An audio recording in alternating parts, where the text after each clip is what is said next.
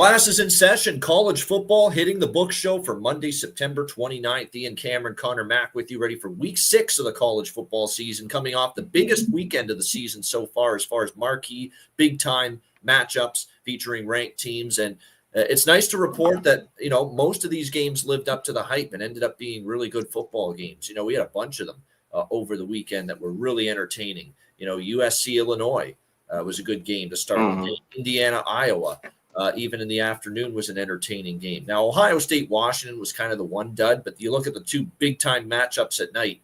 Alabama, Georgia, great game, back and forth, down to the wire. And Oregon, Penn State, obviously, was a thrilling finish, going to overtime there in Happy Valley. And Big Game James living up to his reputation. Can't win the big one. And they go down again in a big-time game on Saturday against the Oregon Ducks. But CMAC, we knew, I looked at the schedule before the season and knew that week, that Saturday, September 27th, college football schedule on paper looked like the best, deepest schedule of any week during the season. And for the most part, as far as entertaining football games, exciting finishes, it lived up. It definitely did. I mean, the Bama, Georgia game, you talked about Oregon, Penn State. I mean, Penn State just doing nothing all game long. Classic. Big game. You can't get a big, small game, James, who we have to say. I mean, you can't say like James Worthy at the original nickname. I mean, that guy is the original Big Game James. But to lose at home, wide out as, Penn State, again, losers. But the rest of the games, you talk a little bit was the dud. That was one game. There was a couple I stayed off, though. We talked about last Monday was the Washington team total under. I thought Ohio State's defense was for real. I didn't play it, so that one sucked. But overall, it's pretty good. I had a couple tough, heartbreaking losses. And the only really bad one that I think is that I had Syracuse. That was the only bad, which I thought, how the way that line was going down, I thought they were live. We'll talk about them, and we'll talk about Duke. Tough road trip again here going out west later. But all in all, crazy weekend. It was great. I can't wait for more football, though. Let's get to it. It's Monday, right? Let's get to it. And I do want to point out Notre Dame with an embarrassing effort by Arkansas defensively, and obviously they've cleaned house. Not only Sam Pittman fired, and I knew it was long overdue. That I think, and maybe it just took that beat down. Yeah. I knew he was done. And it's not just that. They've cleaned house on the entire defensive coaching staff. And how can you blame them? I mean, the defense is just it's laughable. It's embarrassing. It's a disgrace how bad Arkansas's defense was, especially on Saturday. The whole DC's gone, all the co-defensive coordinators, all the defensive coaches fired, along with Sam Pittman. So they're turning over a new leaf there in Arkansas. Bobby Petrino, who definitely has head coaching experience, obviously, and back in the saddle here once again as a head coach in an interim role here for the Arkansas Razorbacks. That's not the answer. He was waiting for that too. Yeah, like he was just ready to slide right in. For the last year. Yeah, absolutely. Back at Arkansas again, where he coached, and of course Louisville also back in the day was head coach there. So, like I said, Bobby Petrino back in the saddle as the interim head coach. All right, let's get into this week's card. It's week 6. We'll begin with the one game Thursday night. Sam Houston State and New Mexico State. Little Conference USA action to get us going. Sam Houston State, 2.5-point road favorites, 53 the total. Obviously, Las Cruces, New Mexico is where this game is going to be played. The first thing that stands out about this matchup is you have two abominable defenses, bad defenses, both sides. Sam Houston, 127 in the country. Yards per play allowance on defense, 6.7 yards per play allowed. They don't do anything well. They don't stop the run. They give up 161.8 per game on the ground, 4.5 per carry, and 134 passing yards per game allowed for this Sam Houston secondary, which has been even worse. So they don't really do much well at all on the defensive side of the football. 41 given up to Western Kentucky, 38 to UNLV, 37 to Hawaii. And Hawaii, I believe, in that game against Sam Houston State didn't even have Alejado. They didn't. They had Luke Weaver backing up, playing quarterback Hawaii when they put 37 up on the board against Sam Houston's defense. And then 55 to Arch Manning in Texas. So it's not been, obviously, a good defensive team at all. And the offense has been, not great either. but it's certainly been better than the offense has been. Hunter Watson, obviously, it's a weird fit, right? He's not the best passer. He's a running quarterback, and trying to fit him into a system under Phil Longo that's going to throw the ball a bit more. So to say it's a work in progress would be an understatement. Meanwhile, you look at New Mexico State, and by the way, Sam Houston 0-4 straight up, 0-4 against the spread so far this season. So they have obviously not been very good for their backers, have yet to cover a point spread. Meanwhile, you've got New Mexico State coming off the in-state rivalry game against New Mexico, where it started out well for them. They took an early 7-0 lead, and they were up 17-7 at one point, and then their defense just got gashed by that very good New Mexico offense. And Jack Lane was able to have a lot of success. Meanwhile, you had Logan Fife, who, of course, used to be quarterback at Fresno State, now the quarterback with this New Mexico State team. He can be good at times, but he's always prone to that one or two mistakes, and he did have one interception. He actually had 255 passing yards. Not a bad performance, but, again, no touchdown passes and one interception. You always seem to get that with him. Completion rate of 54.1%, 5 touchdowns, 3 interceptions. When you look at New Mexico State's offense, they do have the ability, and we talk about how Sam Houston's been porous against the run and the pass. This is a team in New Mexico State that has had a big-time problem running the football, just atrocious. No run game really to speak of. Everything's really come through the air for them offensively this season. Sam Houston State's, it's dead last or close to it as far as their pass defense. So New Mexico State should be able to throw it on Sam Houston State. And even though without much of a run game to speak of, again, this Aggies team just hasn't been able to run the football. They should be able to throw it on Sam Houston. So the only way I can look totals-wise is over, 52.5, 53. As far as the side goes, I'll say this right now. I know they're 0-4 straight up, 0-4 against the spread. They're a short road favorite here. It's definitely a great spot for Sam Houston State. Can't get out of their own way. They've lost 4 in a row. They have faced some tough competition, including Texas and UNLV. They have faced some pretty decent teams. Now you got a bye week, extra time to prepare, hit the reset button. It's a pretty good spot for Phil Longo's team, but I just don't know if I trust him. I don't think he's a great coach, quite honestly. I don't think he was a great hire, if you ask me. And usually on the bye week with a bad team, I want to trust the good coaches to get the team turned around. I don't know if I trust Phil Longo. So I like the spot for Sam Houston, but I just don't know if I trust them enough to bet them. I lean in their direction, the Bearcats here off the bye, but I don't know if I want to take that. I prefer the over here. C-Mac, what do you think? Sam Houston State, New Mexico State. Yeah, how much do you put into a team like Sam Houston is bad off the bye that, I don't think going to win many games this year after last year was so good and covered a ton of numbers, ton of unders too. The defense is really good. So, yeah. But one thing I got to say with New Mexico State, they did they gave up 2 touchdowns there late in the fourth quarter against New Mexico. We got to give a little. We talked about New Mexico, how they're playing a lot better football, this year a little bit. I love that coach, Jason Eck. What a great hire. Yeah, I think it was a pretty good hire too. So I think the total is low. It's a little bit different, these two teams. And New Mexico State, like you talked about, that's what I hit on, is the passing here. Our good old friend Logan Fife. I mean, he's throwing it. They're not running it a ton. And guess who's horrible? Sam Houston. These defenses are bad when you're just ripped through everything. They're all, it seems like, 110 or worse to 130. But they're giving up 321 yards to Sam Houston. I know you kind of look at maybe their strength of schedule, tougher on who they played, Texas, Hawaii, UNLV. But by laying even this short number, I couldn't do it. No, I only think there's going to be points that this could get over. These are tricky sometimes, the standalone games. I talk about it all the time on Thursday. Just everything gets ramped up. And there's some good numbers that lean more to an under. So I lean there. But I think it's New Mexico State. I want them at home here. I really do. I don't think Sam Houston, with that defense, should even be off a bye, should be laying any points at all. So I'm liking New Mexico State here.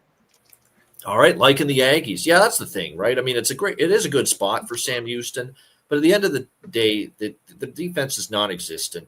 They haven't covered a point spread. Are you that excited about laying 2.5 with this bunch? Even off the bye week. That's kind of where I'm at. It's not an easy, decision to make to back this team.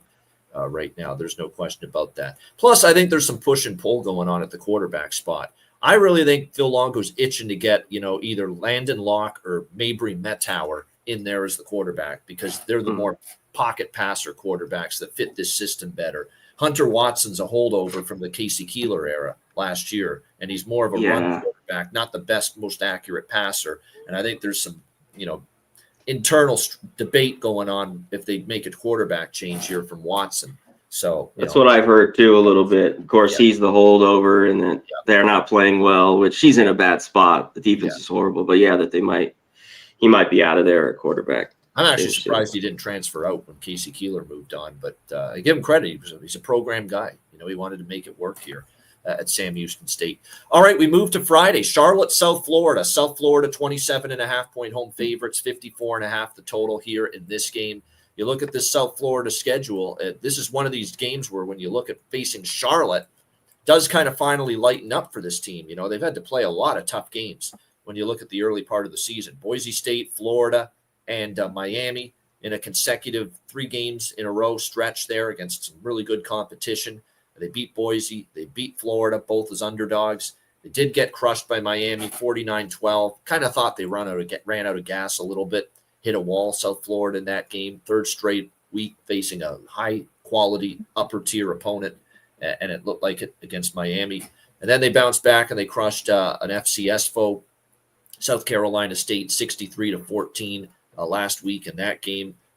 Now you face a Charlotte team that you talk about some bad defenses. This defense hasn't been very good either.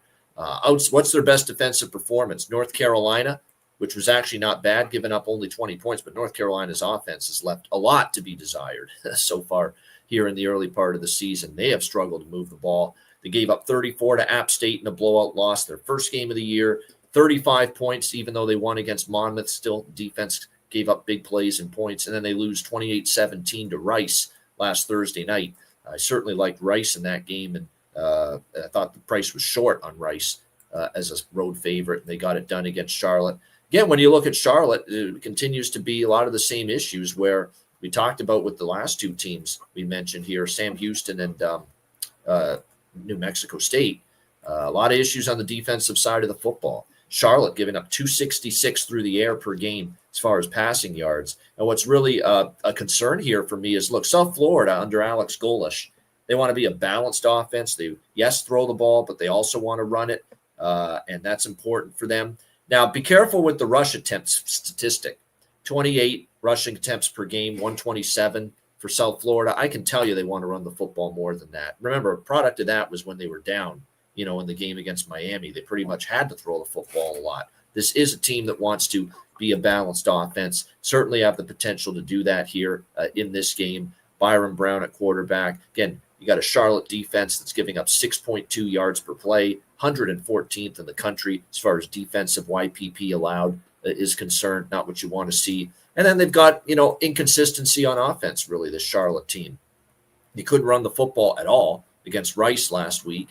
Everything came through the air from Connor Harrell, who struggled and then ended up he made a quarterback change, Tim Albin. I like Tim Albin. I did. I said I like the hire for the former Ohio head coach here for Charlotte, but it's clear it's going to take him time. He just doesn't have the horses. Doesn't have the horses in the stable. Doesn't have the players he needs to have this program playing at a high level just yet. Grayson Loftus took over in the Rice game. He was a little bit better, 186 through the air, but he still completed less than 50% passes. So what can you hang your hat on here if you're Charlotte?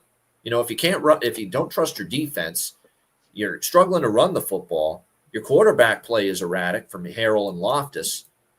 This could get away from you here. And it feels like South Florida could be, on the verge of maybe putting one on this Charlotte team, which is something actually that they have done in back-to-back seasons. 2 years ago, South Florida, 48-14 over Charlotte. Last year, USF, 59-24 over Charlotte. So blowout wins both times. And that's what I'm doing. I'm laying it here with South Florida. I think also South Florida team total over makes a lot of sense too. This is a Charlotte team that's given up 48 and 59 in the last 2 years when they faced the South Florida offense. So Byron Brown, no injury issues so far this year. This could end up being a big number posted on the scoreboard for USF here on Friday night. CMAC, what do you think here? Charlotte, South Florida. Yeah, I think this is a beatdown here. After South Florida at home, they had the bye. Charlotte, this team just can't. Like, I guess it's some of these games that they play, the quarterback play, at least they've thrown for some yards, but they got issues. Whoever's in a quarterback, they got a ton of injuries too to the offensive line. They got a ton of guards, tackles out, especially the guards. It got worse in that Rice game. They were losing line in that game too. And they can't run the football. This team is 88 yards a game, just way at the bottom. So that means that they're going to have to throw. That means mistakes. So to me, this is South Florida, kind of an easy one. I'd lay it or take their team total in this game. Seems like they get to at least the 40s. Like you talked about the last couple of years, were blowouts too. 59 and 48 they put on them. All right, next up, we've got Western Kentucky and Delaware. Delaware 2.5-point home favorites. The total here 61.5 across the board for this Friday night matchup here in Conference USA. I'll tell you what, for a new program in FBS college football Division I, they've made a solid account of themselves, Delaware. I mean, I'm actually very impressed with what I've seen from them. I mean, you look at Colorado, even that 31-7 loss, I thought that was a misleading final score. I thought that game was more competitive. It was only, it was 17-7 at halftime. Delaware was in that football game, and they still put up almost 400 yards of offense on the road against Deion Sanders' Buffs in that game. I certainly like what I've seen from the quarterback situation as well. They've obviously gotten some good production. You look at the last two games, the offense has taken flight, 44 against UConn. And don't lose sight of the fact how impressive it was against FIU from this team. That they were able to move the football and have the success they did. And what's been something to behold, too, about USF or Delaware in that 38-16 win, the defense was good. They had a special teams return. And FIU was playing really good football before they ran into Delaware. And that's a loss I remember, in that game a couple weeks ago when Delaware played FIU. I thought Delaware coming off the huge win against UConn, ripe for a letdown, against an FIU team that had played pretty well, played Penn State even pretty tough, Florida International. And Delaware just goes there and beats the brakes off them. 38-16 is a 4.5-point dog. So we have to give this Delaware Blue Hens team a lot of credit. They are clearly, getting used to Division I football at a nice rate. And their quarterback, Nick Minicucci, like I said, 60.5 or 65.2% completions, already over 1,000 passing yards, 8 touchdowns, 2 interceptions. He's got really good numbers. And should be able to move the football here against Western Kentucky. I still don't love the defense. They played well against Nevada defensively. Nevada doesn't have a very good offense. They beat Missouri State 27-22 over the weekend. Don't be fooled by that. Jacob Clark got injured. He was on crutches in the second half. He left that game due to injury. And once he left the game, Missouri State's offense just died. They couldn't get anything going. So I think Western's defense is being propped up from that performance Saturday against Missouri State because of the fact that the Bears lost Jacob Clark. And there was a big downgrade for them at quarterback once he left the game. So don't give Western Kentucky's defense all the credit, for playing well these last 2 weeks. They faced a struggling Nevada offense, and they played a team that lost their starting quarterback, Missouri State. Let's not forget this is a team that got ambushed by Toledo in a game and gave up 45 points. So I'm still not totally sold on the defense here for the Hilltoppers. And with what I'm seeing from Minicucci and the Delaware offense, I think they could probably move the football and put up some points here. Less than a field goal, I lean to the Blue Hens here. I really do. I mean, I've been impressed. The home field, they got the win against UConn. They seem to be, getting better by the week. I think when you look at these two teams as far as on the defensive side of the football, you look at Western Kentucky so far this year. Like I said, I still think there's some concerns there. They're giving up 5.8 yards per play on defense. Delaware is not the greatest defense either. They're giving up, in that same range as far as defense is concerned. I've expected more from the offense of Western Kentucky. Some moments they look like, wow, they're just ready to take off and just put up the big points I expected. Because remember, we've talked all season, this is the offensive coordinator and quarterback that both came to Western Kentucky from Abilene Christian, Rick Bowie, the OC, Maverick McIver, the quarterback, and yet it just hasn't been. They haven't hit their stride yet for some reason. I don't know what it is, but they have not put up the big points, and we have not seen that OC and quarterback cohesion really translate on the football field as far as points yet. This could be the spot because Delaware still has a leaky defense, but I love what I'm seeing from the Blue Hens as far as their offense is concerned in Minicucci. So I like the over here. I've been impressed by Delaware. When you're beating the point spread the way they have the last 2 weeks against UConn and FIU in those victories, clearly this is the betting markets are not catching up quickly enough to Delaware, that they're just maybe a little bit better than people think. So I'm not in a rush to step in front of Delaware here, especially at home in a Friday night game. It should be actually probably a decent environment. So Delaware in the over, it would be for me here. C-Mac, what do you think? That's what I think. I just don't think this is an easy, spot travel here for Western Kentucky, who's been pretty good in a row now for them. Yeah. Yeah, I mean, they 4-1 to start the year. I thought it was at home, but beat Nevada. I know they're down a little bit. And then they took care of business last week. Yeah, both teams, I thought the total is about right. These defenses, aren't very good still, kind of are leaky. And both offenses, I think, should have success plenty in this game. Delaware, too, has been a little more. They're throwing the ball, their quarterback play. They're averaging 270 yards a game. So, to start the year. Just one thing, top 35 teams in seconds per play. They're both in the top 35 with that stat. Yeah, they are. Yeah. So Western Kentucky has some all right pass defense stats, but I don't know how good the secondary really is and who they've played. You know what I mean? So far the year, you kind of have to go through that. So this should be good, but I think it's just tough. I think Delaware, it'll be Friday night there. I mean, they've embraced playing these big boys, these schools, and they've looked well. So I kind of lean Delaware here. Under field goal should be a good one. Impressed. I think their defense has played better than I thought. They look like they're transitioning. Now it is Conference USA. We do have to factor that in. It's not like you're going from. Yeah, but that's who they're going to be. It's not like they're shooting up to play in even the ACC. But yeah, shit. I think it's set up for success for some of these teams that go from Division II to Conference USA, which, by the way, is the weakest conference in FBS football. It's not even close. Conference USA is the weakest one. So it actually, because you're going to the weakest of the conferences in Division I, you're not up against it or maybe behind the eight ball transitioning to Division I as you would be, say, if you went to a better conference. So that's why I think Delaware has been able to have better success maybe than some people think. Speaking of a team having better success than some people thought, I think we can put New Mexico in that category. New Mexico Lobos and the San Jose State Spartans.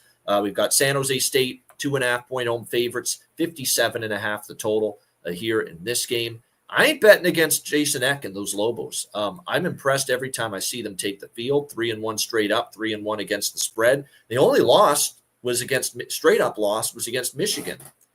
34-17, and they covered the number in that game on the road at the Big House. And their only non-ATS cover, an ATS win, was Idaho State when they were laying a big number, and they only won by 10. We know they sent Deshaun Foster packing with that blowout win against UCLA.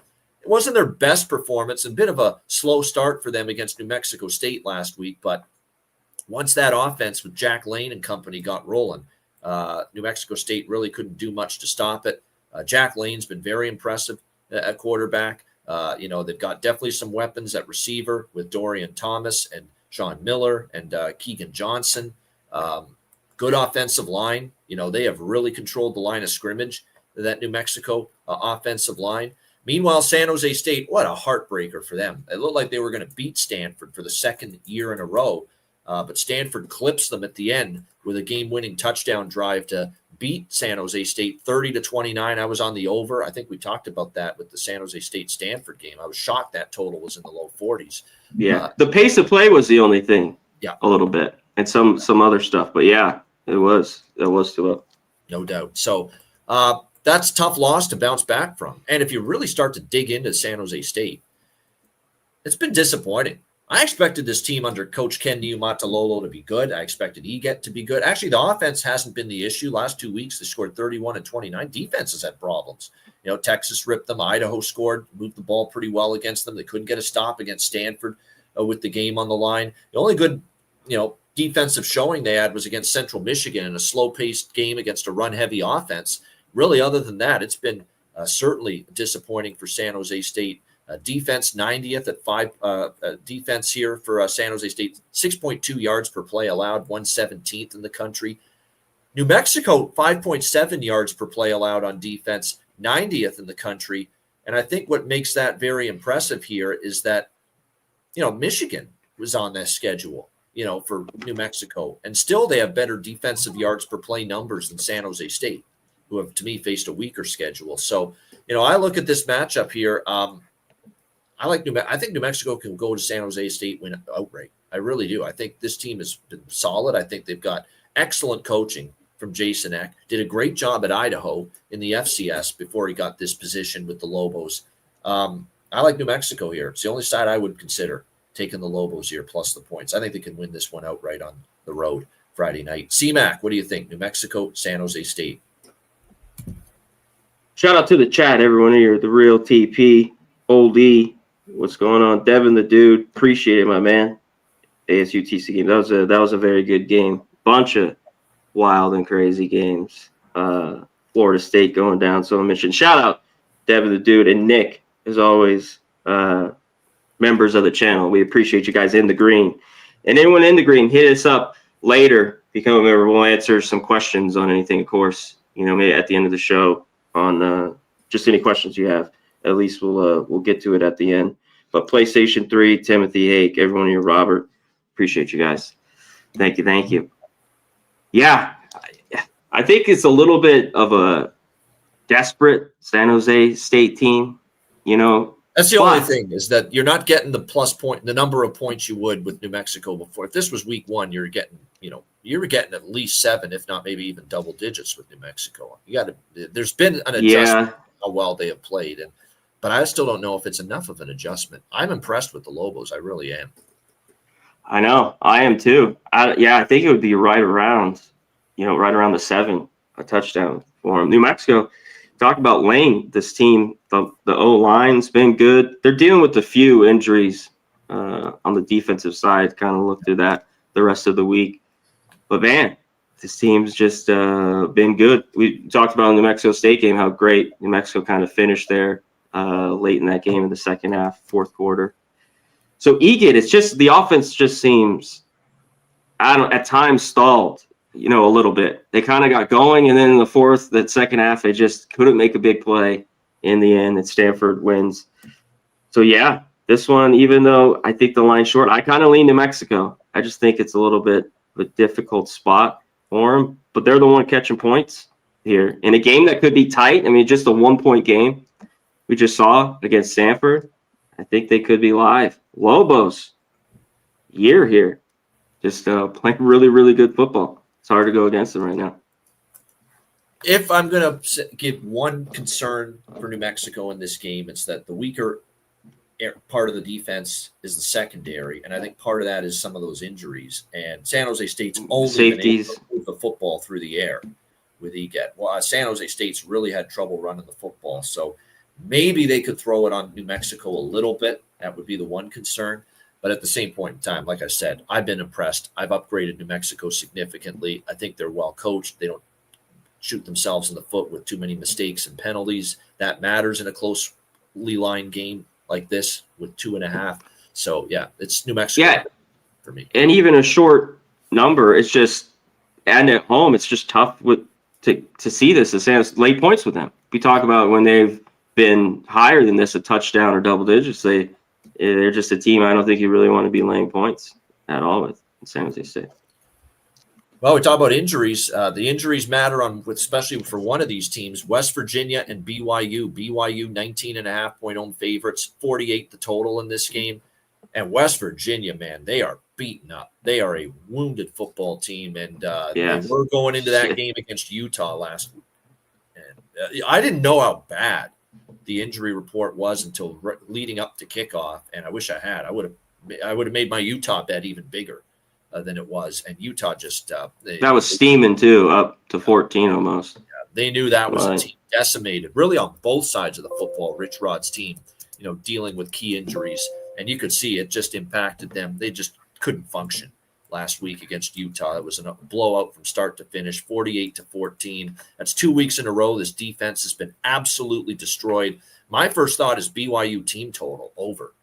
You can lay the 19.5 if you want, but I think BYU team total over is what I prefer. Just focus on not only how bad the West Virginia defense is, but how riddled it is and depleted it is right now at this point in time, that Bear Bachmeier and company could be able to do a lot of damage. I think I got to give Kalani Sitake Mushrooms here, as I always call him, the head coach here of BYU, his team a lot of credit.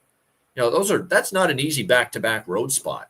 You're out in Carolina against East Carolina 2 weeks ago. You have to go back now to Boulder, Colorado, and play the Buffs. And, yeah, it wasn't pretty, but they found a way to win. They were better in the second half after a slow start in that game. Same thing with Bachmeier. I think he got better as the game went along, and they ended up getting a big-time win there on the road against Colorado. 2 touchdowns from Chase Roberts. That Chase Roberts has been there forever. He's one of these guys that feels like he's been at college for 10 years. But, yeah, he got 2 He's his go-to guy, too. Yeah. Yeah, no doubt. He had a good game.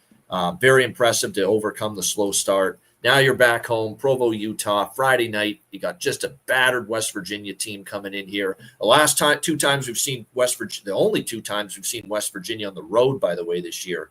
They lost outright as favorites to Ohio, didn't move the football, and that game at Kansas where they got blown out and lost 41-10. So this is lay it or don't play it for me. West Virginia is just in a bad way right now. So it's either BYU minus the points or team total over for BYU for me on Friday night. What do you think here, C-Mac, West Virginia? You could maybe even go with West Virginia team total under and go the whole, enchilada, if you will, if you really are going to buy into the injuries and the struggles here of this West Virginia team. What do you think here, West Virginia, BYU? Yeah, looking at can West Virginia score a couple touchdowns, in this game? Maybe they could with a fluke, but I think the BYU defense, I got to give it to BYU. They kind of we're half asleep. We're down 14-0 quick. But as the game went on, they wore them down. The offensive line, always good for BYU. They started running the football, and then Bachmeier made a couple big plays in that game, and they hold on for the win against Colorado. So good win, another win, BYU on the road. And this is where I think you want them. They're just huge favorites. In West Virginia, who's going to be the quarterback? It's, what's his name? He came in that game. Is it Hall, real quick? Oh, for West Virginia? No, West Virginia. Nico Marchiol did not play. He was one of the injuries. Nico Marchiol did not play. Yeah, he's been out. And I don't think he's coming back, though, right? It's Henderson. They split it. It was Jalen Henderson starting the game. He was rough. And then Khalil Wilkins got really much better. It was bad. The quarterback played. Yeah, it was pretty bad. They ran the ball. Can they run the ball? That's what they're going to have to do here against BYU Friday night. West Virginia is just to stay away. At BYU, one thing, maybe you just looked at their team total. They should win by 20. But they've been a team I kind of don't want to lay huge numbers with in the past. But they should get an easy win here at home. Shout out to our guy Gorky and Old E becoming members. New members, yes. We appreciate you guys. Thank you so much. Yeah, the memberships are available. So we obviously, go ahead and sign up because we're going to have some bonus content. We are going to post some baseball playoff picks videos on the page, on the Hitting the Books YouTube channel for members only. So again, make sure you check those out. Even though we're not doing any more MLB Hitting the Books shows, full shows, we will have some MLB playoff picks for you on the channel. Division. When we get there, we talked about it. We'll have some shorter shows. We'll both jump on and do it. And of course, Fridays. Yeah, exactly. 15-minute show and give you our picks once we get to the divisional playoff or divisional series round, the DS, starting Saturday for the MLB playoffs. So appreciate it. Oldie and Gorky, thank you very much for the memberships. So make sure you check that out to get the bonus content and become a member of the Hitting the Books channel. All right, the final game for Friday night, Colorado State, San Diego State. We've got San Diego State 5.5-point home favorites, 39 being the total in this game. You look at Colorado State, man, this is pretty pathetic with their offense the last 2 games. UTSA, that's not a great UTSA defense this year. And they could only score 16 points. Offense struggled to move the football in that game. And then to only score 3 points, against Washington State. Against Wazoo. 50s to the likes of Oregon, to the likes of Washington and North Texas, in recent weeks. This Washington State defense has been abominable. It's been terrible. And Colorado State can only muster a single field goal against this team last week in a 20-3 loss. So it's been brutal. They finally benched a couple weeks ago Braden Fowler-Nicolosi, and it's long overdue that was going to happen. Yeah. But this Jackson Brasso character is not that great. He's a work in progress, and I'm being kind. Character, I like that. Yeah. Character. Yeah. So we'll see. He's actually taking care of the football. His percentage isn't bad, but there's still a lot of issues. I mean, that was a bizarre result for Colorado State last week. Only the 3 points against Washington State in that game. The field goal at the beginning of the game. They only mustered a little over 300 yards. The run game, it was hard to come by for them. And what really hurt them, obviously, was they had a fumble in that game as well. The turnover bug bit them a little bit. But yeah, that's a rough-looking Colorado State offense right now. And I could say the same thing about San Diego State. 6-3. It looked like a game from the 1940s on Saturday between San Diego. Insane. Remember we talked about it Friday? Yeah. I'm like 43 might seem too low in that. I just watched that game all the way. We said it. Yeah. Yeah, I couldn't believe it though. 6-3. Whew. I'm just thankful I pushed with Northern Illinois +3, thankfully. But my God, I mean, Josh Holst was bad for NIU. Jaden Denegal, this guy can't play quarterback. He's been really bad. 13 for 20, 110 yards, 2 interceptions. I mean, this is one of these deals. This is Northern Illinois versus San Diego State Part 2, in my opinion, with the total. I know it's low, 39, but how the hell do you bet these two offenses right now over? And I know Sean Lewis wants to play with pace, but even he's kind of slowed things down a little bit for San Diego State because he knows his offense is just so challenged right now to get anything going. So this is a pass for me. I don't want any part of this. I don't want Colorado State, and there's no chance I'm laying this many with San Diego State. So easy pass, under if anything. C-Mac, what do you think?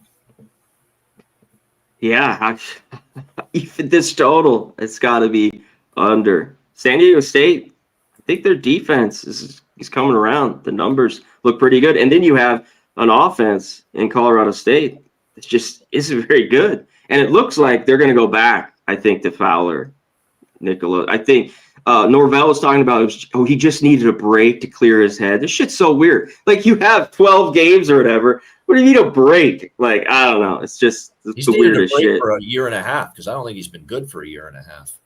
I know. He just needed to watch a game from the sidelines. It's like, that's why they suck. That's why Colorado State's in the state that they are right now. But yeah, San Diego State at home, I can't lay more than a field goal with them. But I think they run the football here at home, win this game, and definitely, I don't know how. Unless defensive touchdowns or some big, big plays, I don't know how, goes over the number here. Yeah, Nick, they might be real. We do have to give the Aztec defense credit. They shut out Cal and, Jaron Sagapolo-Tele, who's one of the great freshman quarterbacks. So they didn't score a point in that game against San Diego State. And then they give up the 3 to Northern. They do have a good defense, and defense that's getting better. So good luck for Colorado State, moving the football here. They might need it. All right, let's go to Saturday. We've got Oregon State and App State. Oregon State 2.5-point road favorites, 54.5 the total. Both of these teams are coming off disappointing losses, but for different reasons. Oregon State, heartbreak for them. I mean, they had that game in the bag against Houston until they didn't. I mean, it was a terrible performance by Houston. Houston, hey, this is something you got to pay attention to. All these teams that are going to play these West Coast teams late at night, they're all struggling. And even Houston fell into that. Friday night against Oregon. They looked like they were in a fog for 3 quarters, the Houston Cougars in that game against Oregon State. But then Oregon State started moving the ball on offense. Houston's offense with Wegman, you had a bad first half. That was not a good first half for Connor Wegman, but they got it going, and Oregon State collapses down the stretch, made every mistake possible, and then, of course, Houston's able to win it, obviously, late. So just a heartbreaking loss for Oregon State. Look like they're finally going to win a game. They're finally going to get some confidence, maybe cool down the hot seat for Trent Bray a little bit, and then to lose like that, 27-24, that's a brutal loss for Oregon State in that game, even though they played much better for extended parts. And then App State was just obliterated. And bad bet for me on App State. I said off the bye, I don't trust Boise as big favorites. They reminded me, App State, why I didn't like their hire, Dowell Loggins. I don't think that was a great hire. And to have your team that ill-prepared off a bye week to play Boise State is brutal. Terrible coaching. They were unprepared. They couldn't stop anything on defense. The offense was just, terrible until the second half, when I think maybe Boise got a little, complacent with a big lead. It was a terrible game. To play like that, coming off a bye week, just awful from App State. Signs of why I didn't like the coaching hire to begin with. A.J. Swan struggled early. Again, don't be fooled. The 14 points came later in the game when they were already down big. They had no answers for Maddox Madsen throwing the football, no answers for the passing game, especially because they gave up 321 through the air. They didn't do that bad a job against the run. Sayer Gaines and Malik Sherrod didn't really get things going a ton on the ground, or Dylan Riley, but it was really the passing game that hurt this App State defense. So I don't know if I'm running to bet either of these teams in this spot. I mean, Oregon State's taken some of the early money. Now they are going obviously west to east here for this game in Boone, North Carolina. But boy, oh boy, it's not an easy. This is like Sam Houston again. I think Oregon State, I slightly lean in their direction, but after a heartbreaking loss to Houston, still a winless team, now going on the road, laying a small number, I'm not sure I'm in love with betting them at this kind of a price. CMAC, what do you think here? Oregon State, App State. Yeah, that's the issue. I mean, we're betting numbers here, and it's just, even they're desperate. They need a win, of course. And man, just the missed field goals in that game, they dominated, I thought, the line of scrimmage, which I was shocked. Time of possession, they ran the football, and then just to all fall apart. And then the secondary fell apart late in that game. Wegman started throwing it. It's a big, big plays. And man, Oregon State not getting it done. They got to not feel great. And App State just got its doors blown off. It seemed like right from the get against Boise State. We'll get to Boise State, big game later against Notre Dame. So like some of the numbers for App State, their defense looked good, but it's all who they played. And I was a little shocked at just how bad we already got into early on. Charlotte has been. Some of these other, but I mean, would they beat Lindenwood by 7? On fraud alert. I think they might be frauds, quite honestly. I mean, what are their wins? Lindenwood and Charlotte. Lindenwood. They got blown out by Southern Miss. They got blown out by Boise off a bye week. That I got. You know what the problem is? I thought Charlotte was going to be better this year. Doesn't look like they are. And I overvalued and overrated that win App State got against Charlotte, 34-11. I thought, maybe App State's going to be better than I thought. I'm not so sure about that now. They might have just beaten a bad Charlotte team, and now they've been whipped 2 weeks in a row, App State. So maybe they are the team that I thought they were coming into the year. They weren't going to be that great. And we'll see with these. Like, I don't trust these offenses. I wish total was a little bit higher. I lean under a tad bit. I mean, just a lean, though. All right, next up, Kentucky and Georgia. Georgia, 20.5-point home favorites, 48.5 the total in this game. Boy, like I said, it's going to be a sleepless Saturday. Must have been a sleepless Saturday night for Kirby Smart in Georgia. I mean, they had their opportunities, man. They had their chances. They finally shut down the Alabama offense and Ty Simpson in the second half, but couldn't convert on fourth down, missed opportunities, and just, a game that was there to be taken, and they end up falling just short. And lose to Alabama 24-21. How about the tough beat I suffered with the over in that game? My gosh, 38 points in the first half, and we only get 7. Nothing. I know.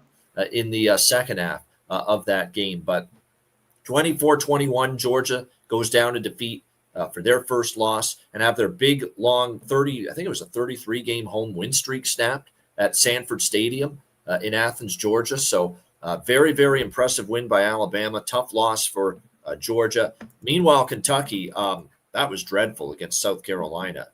Cutter Boley was dreadful.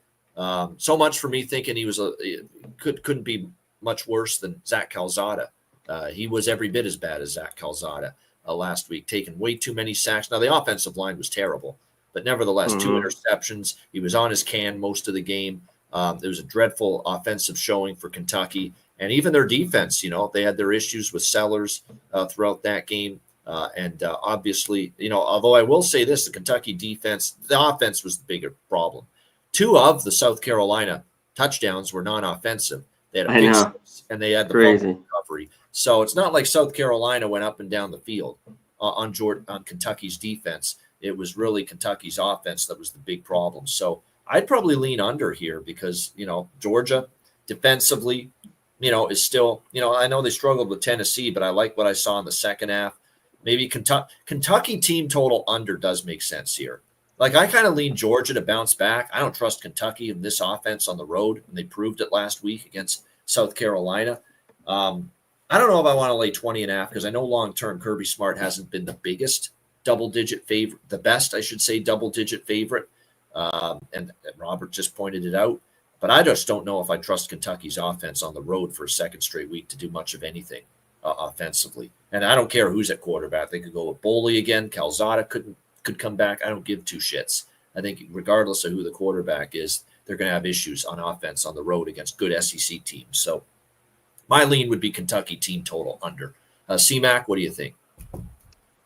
Yeah, I think that's a good look. I mean, the last few games, they scored 12, 13, 6, 13, 3, 0, 17.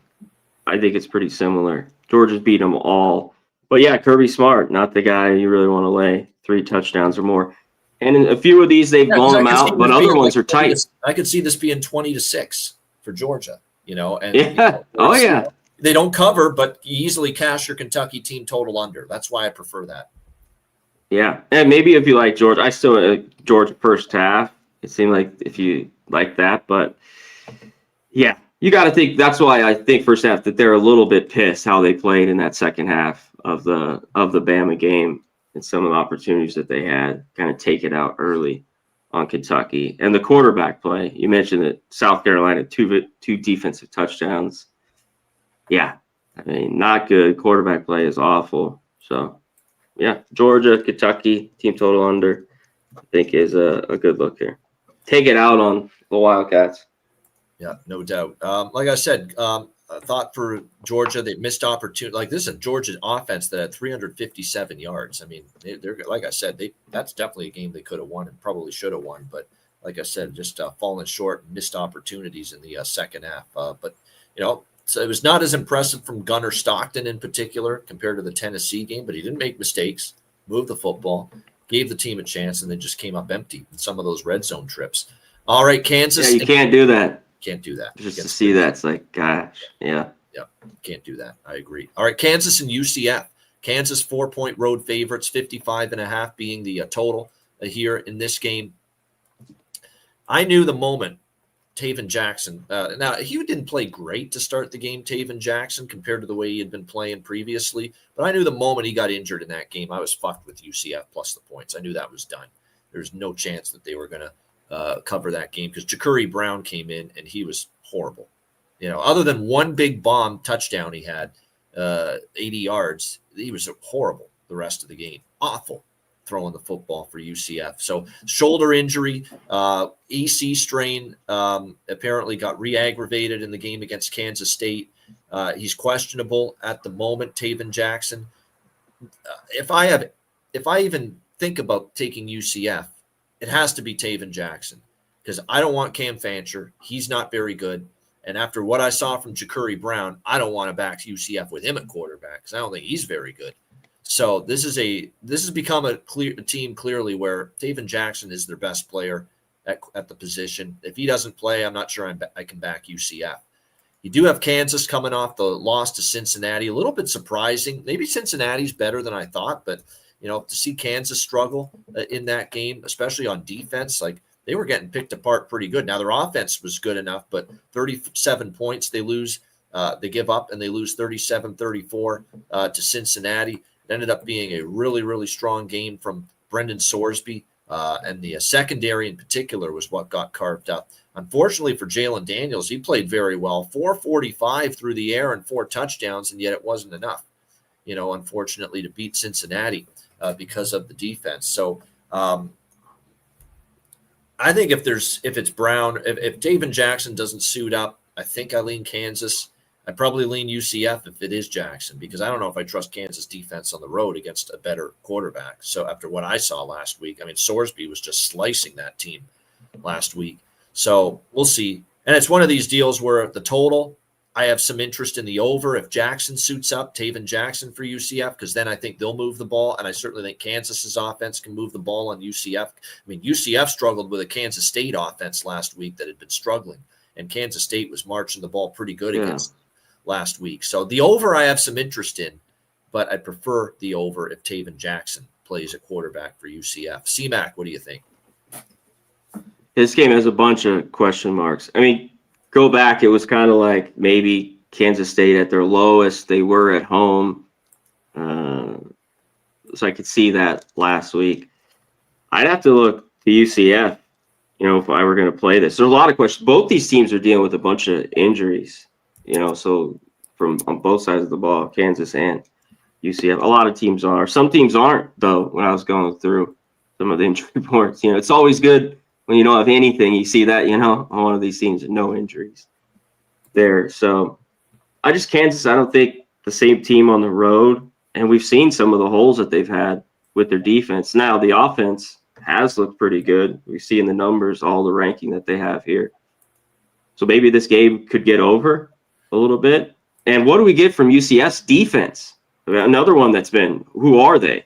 Like, are they any good? I've seen them look all right. I've seen them get gashed. So this one's kind of a question mark for me, too, with everything involved. I just right now, I lean UCF in this game at home. All right, next up, as we continue along here, we've got Iowa State and Cincinnati as we stay in the Big 12 here with this matchup. We've got Cincinnati 1.5-point home favorites, 52 the total. Iowa State, man, and people couldn't get enough of betting Arizona last week against them, and that game was just not even close. Iowa State at home just drilling Arizona last week in that game, 39-14. Impressive showing. That was the first time this year I watched Iowa State and I said they looked impressive, because I don't think they played that great against Kansas State, against Iowa. They certainly didn't play that well against Arkansas State, before the bye week. But maybe the bye week helped. Matt Campbell got them ready to go, focused, and that was that was easily their best game of the year. Rocco Becht was efficient throwing the ball. The secondary carved up Arizona. They had Carson Hansen chipped in on the run game, Connor Moberly. Obviously, the great game from Chase Sowell, 146 receiving yards. Like I said, it was a very impressive showing, and it was just as impressive on defense from Iowa State. They frustrated Noah Fafita into 2 interceptions. They stopped Ishmael Mahdi on the ground. So it was just a really nice, complete performance there from Iowa State. Now they go on the road, though, this time, and face a Cincinnati team that, easily could have beat Nebraska. And since then, they've looked pretty good. Bowling Green, Northwestern State, not so much, but they put up 37 points on the road at Kansas, beat the Jayhawks 37-34. Brendan Sorsby, playing well as far as throwing the football is concerned. All that experience that he's had looks like it seems to be paying off right now for this Cincinnati team. They're throwing it well. They're a balanced offense, almost 200 on the ground, 288 through the air. That's the kind of balance you want to see. I think when you look at this particular matchup here for this Iowa State team, there's still some issues with the Cincinnati secondary. They're better defensively against the run. Their secondary is where they've had holes. And Rocco Becht certainly got some receivers, some weapons, can throw the ball. Total seems like it could be a little bit low here at 52. That both teams might be able to have enough success to go over this number. Side-wise, it's tricky. I don't think I'm betting a side here. I think Iowa State showed me that, that bye week came at a good time. They got their A game going. they bring their A game here, they could win on the road against Cincinnati. And I'm not quite. I think Cincinnati could be better than I thought, so I don't want to really rush to fade the Bearcats here at home. But I do think Iowa State, playing at the level they did last week, is going to be a bigger test for Cincinnati this week than Kansas. That's just my opinion on that. Like if Iowa State used that bye week to get their game where it needs to be, Cincinnati's going to have their hands full here. So I think it's a tough side. I probably ain't betting the side, but I do lean to the over a little bit. CMAC, Iowa State, Cincinnati. Yeah, the offense, Sorsby looked really good last week. I thought Cincy, could be in that game from the beginning, and they were down 7-0 right away. They hit that big 95-yard pass. They were down, but they fought almost four? Did he have in the game 400 passing yards? I believe almost Sorsby. He did. Jalen Daniels had that many. He had 445. Yeah. Yes. Wow. Sorsby still had a bunch too. Sorsby had 388. Here's the thing. This is, I think, could be a tough road. This is Iowa State for me. I think since he could be a little bit better, and it might not be easy, but them catching just the one here, 1.5, I think they could go there and win outright. You know what I've liked the most has been this Iowa State defense from the troubles of last year, the injuries, and against the run. They weren't very good.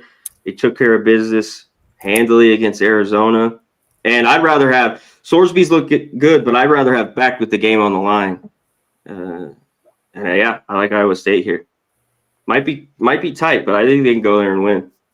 All right, liking them to go on the road here, Iowa State, and get the job done here against Cincinnati here at Nippert Stadium in this one. All right, next up we've got Virginia and Louisville. Louisville 7-point home favorite, 62.5 the total. I think these are potential letdown spots for both teams. If you look at Louisville, they were done against Pittsburgh. They were down 17-0 before you could even blink, and they come all the way back.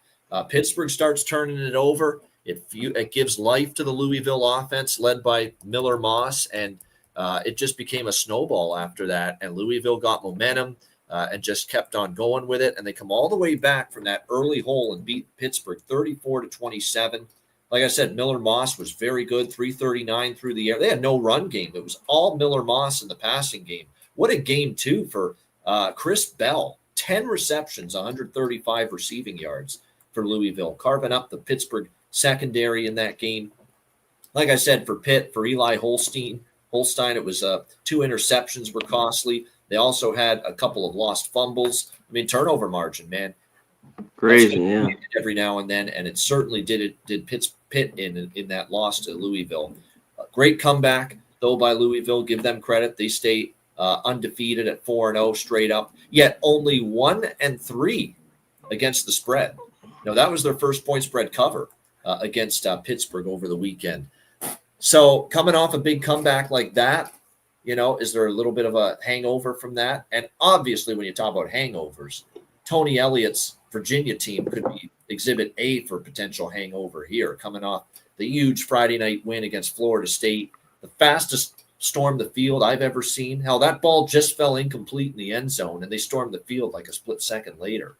Oh, yeah, they were. Those fucking those 2 players that were in the end zone. But Virginia with the big upset, against Florida State, last week. I continue to be impressed with Chandler Morris.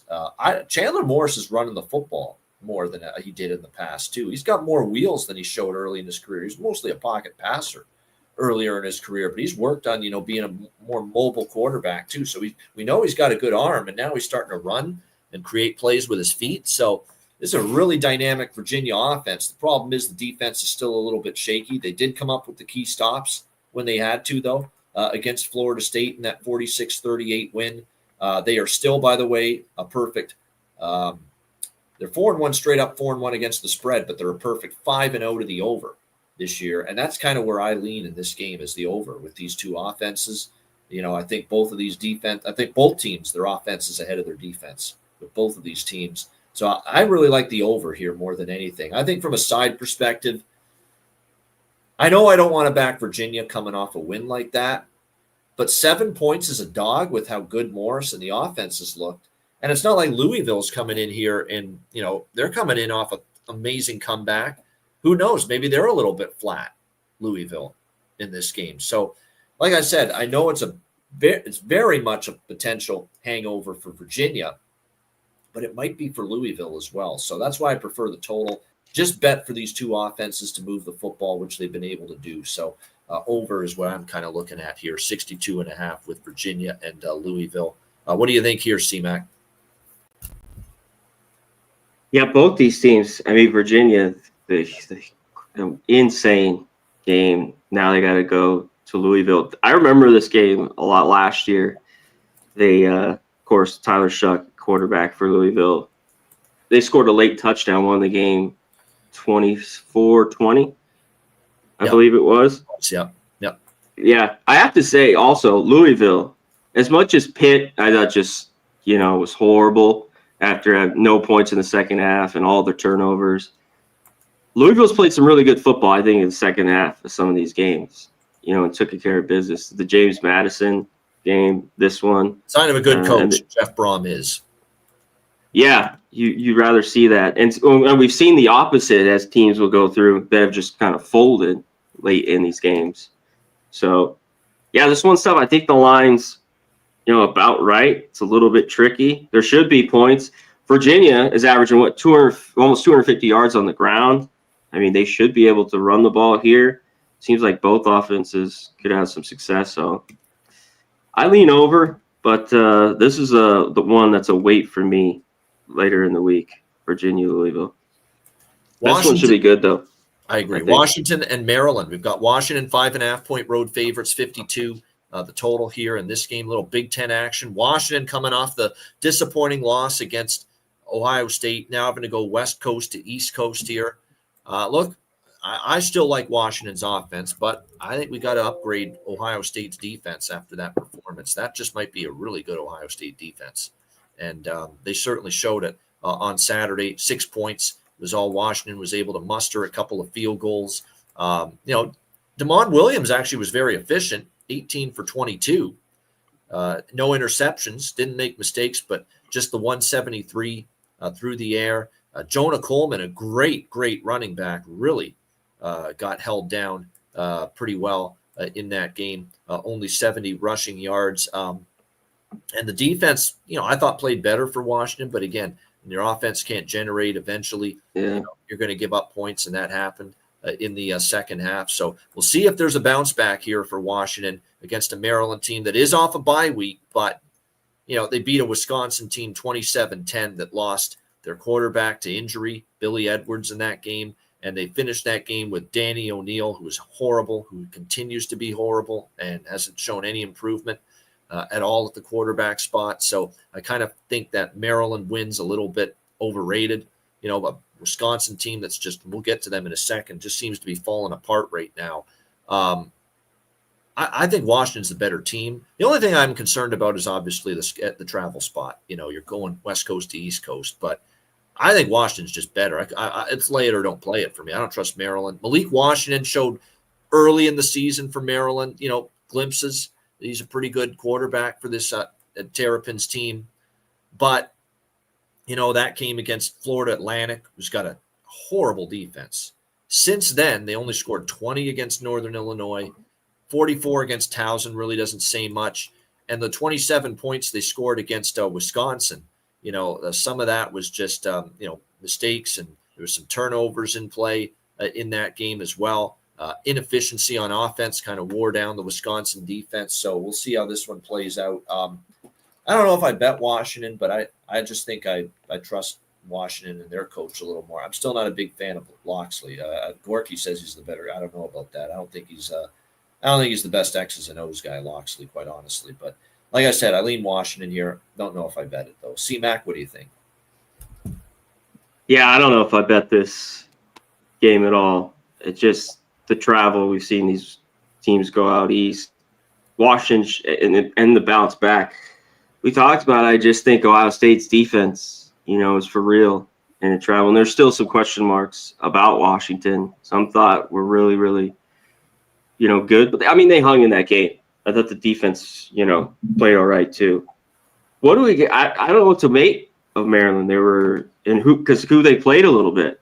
Wisconsin's horrible. Towson, of course, they beat Northern Illinois 20-9. I don't think they're very good, but here we are. They're 4-0 and have Washington here. So this line, it's just not enough. Maryland, the way they played, would be way bigger dog to look their way. Like, I don't know if Washington's going in there, winning huge, but I think they could go in there and win by a touchdown. But I don't know if I get here in this one. I'm looking at the Washington results last year on the Big Ten road when they made those road trips to the East. They actually went 4 straight up in ATS. Now, Rutgers, Iowa, Indiana, Penn State, some of those were really good teams. The Rutgers, they kind of blew that game. I remember. That's a game they could have won and should have won, and they outgained and outstatted Rutgers and somehow found a way to lose. So, yeah, there's enough meat on that bone to say I probably won't be laying 5.5 with Washington. Yeah. I do think they're better than Maryland, but boy, oh boy, those numbers last year and Jed Fish's first year with those, it's kind of like a mini Lincoln Riley at USC that's not very good with these Midwest and East Coast road trips. Yeah. Maryland gets the bye, too. Maybe they're live. I mean, shit. Situationals were all pointing to Maryland here, 100%, no question. But I just don't think they're as great a football team as people think. And I think that Wisconsin game has propped them up a bit. And I think Wisconsin's terrible, which leads me perfectly, great segue into Wisconsin and Michigan. Michigan 16.5-point home favorites, 42 the total. Who's going to be quarterback? To me, there's one chance for them to be even moderately competitive in this game, and that is Billy Edwards plays. And I'm not saying Billy Edwards is the second coming of Russell Wilson here at Wisconsin, but nevertheless, he's the only quarterback that can play worth a damn for this team. And he's still clearly battling the knee injury. Danny O'Neal stinks. He's absolutely pathetic, brutal.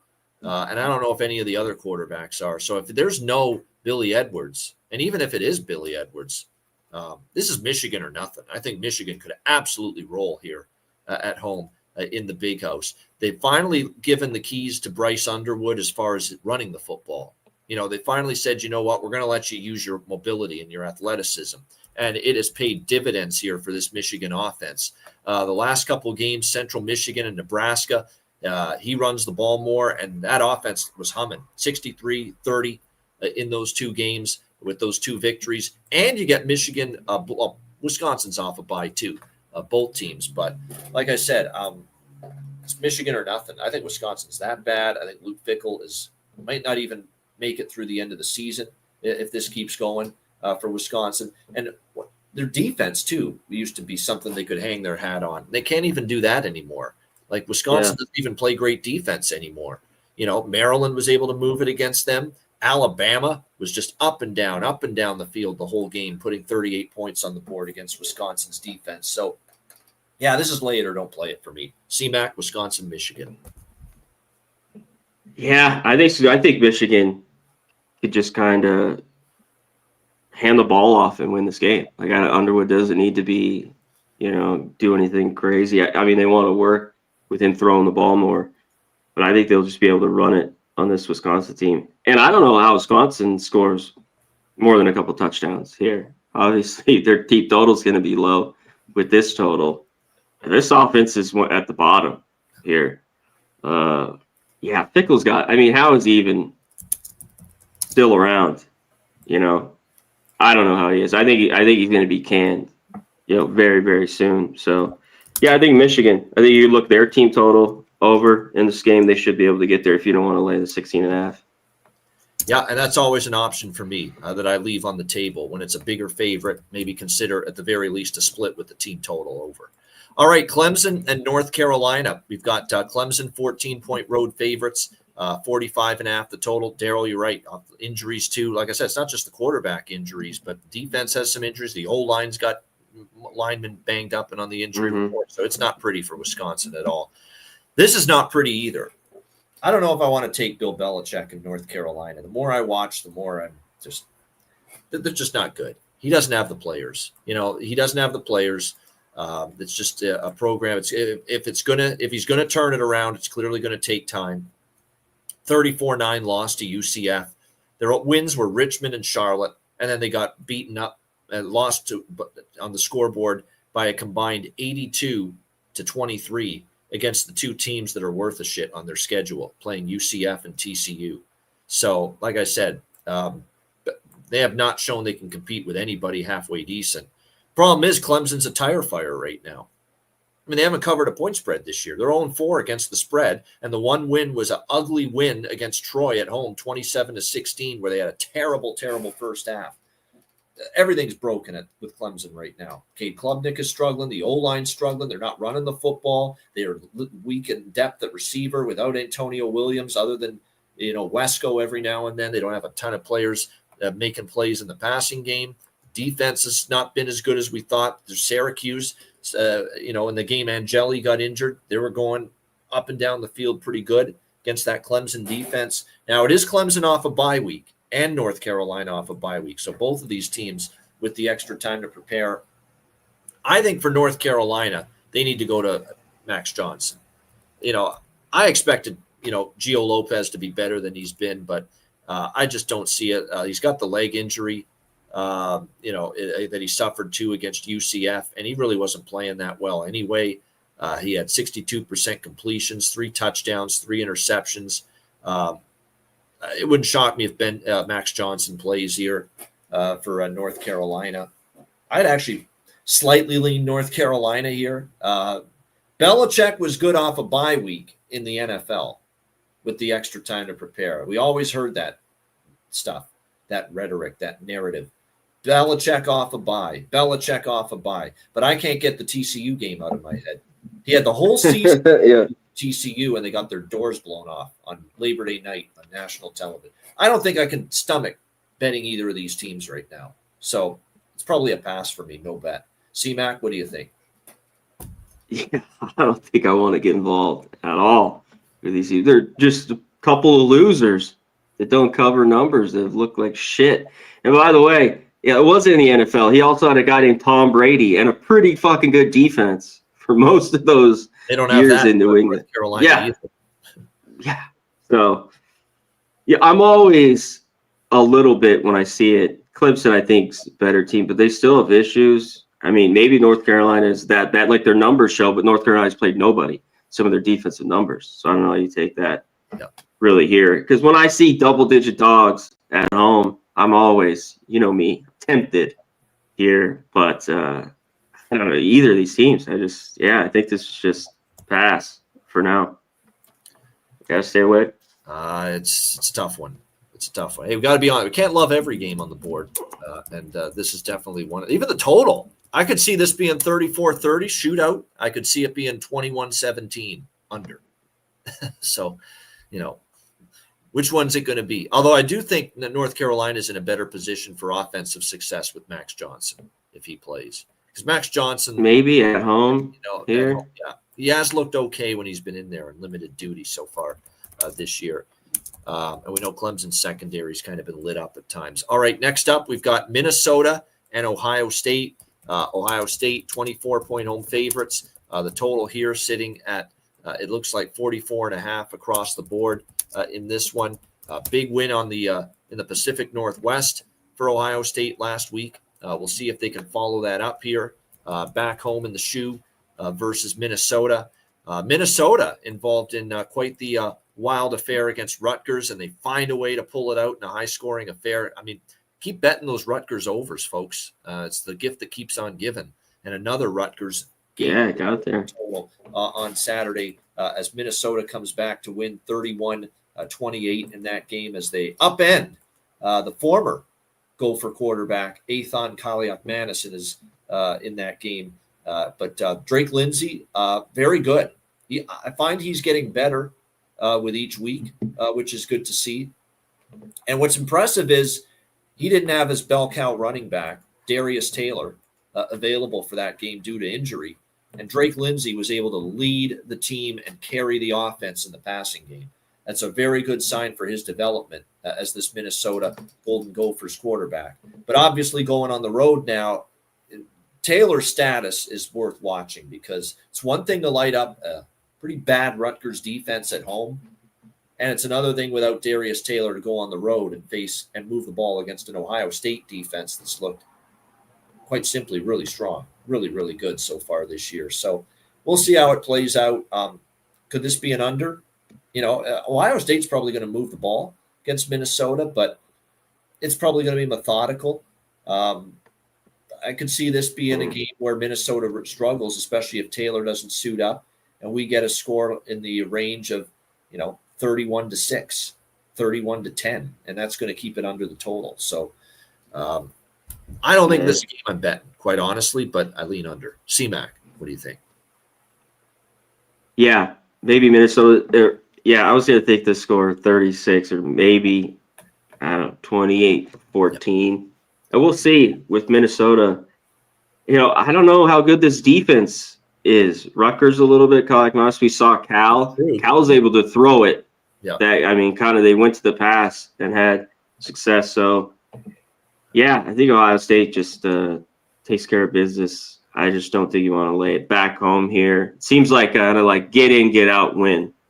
Not a 48-7 win, but maybe it is. I think this defense is for real.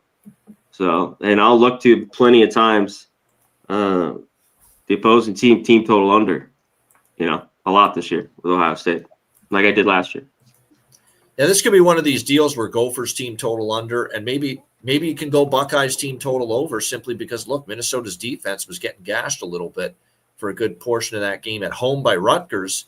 That may not bode well against, Julian Sayin here on the road in this Ohio State offense here in this game against for that Minnesota defense. All right, next up we've got Boston College and Pittsburgh in this ACC matchup.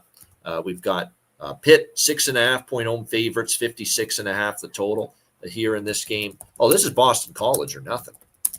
I'll be damned if I'm laying 6.5 with Narduzzi and Pitt after just coughing up a lung last week against the Louisville Cardinals, which we talked about. Just a horrible loss.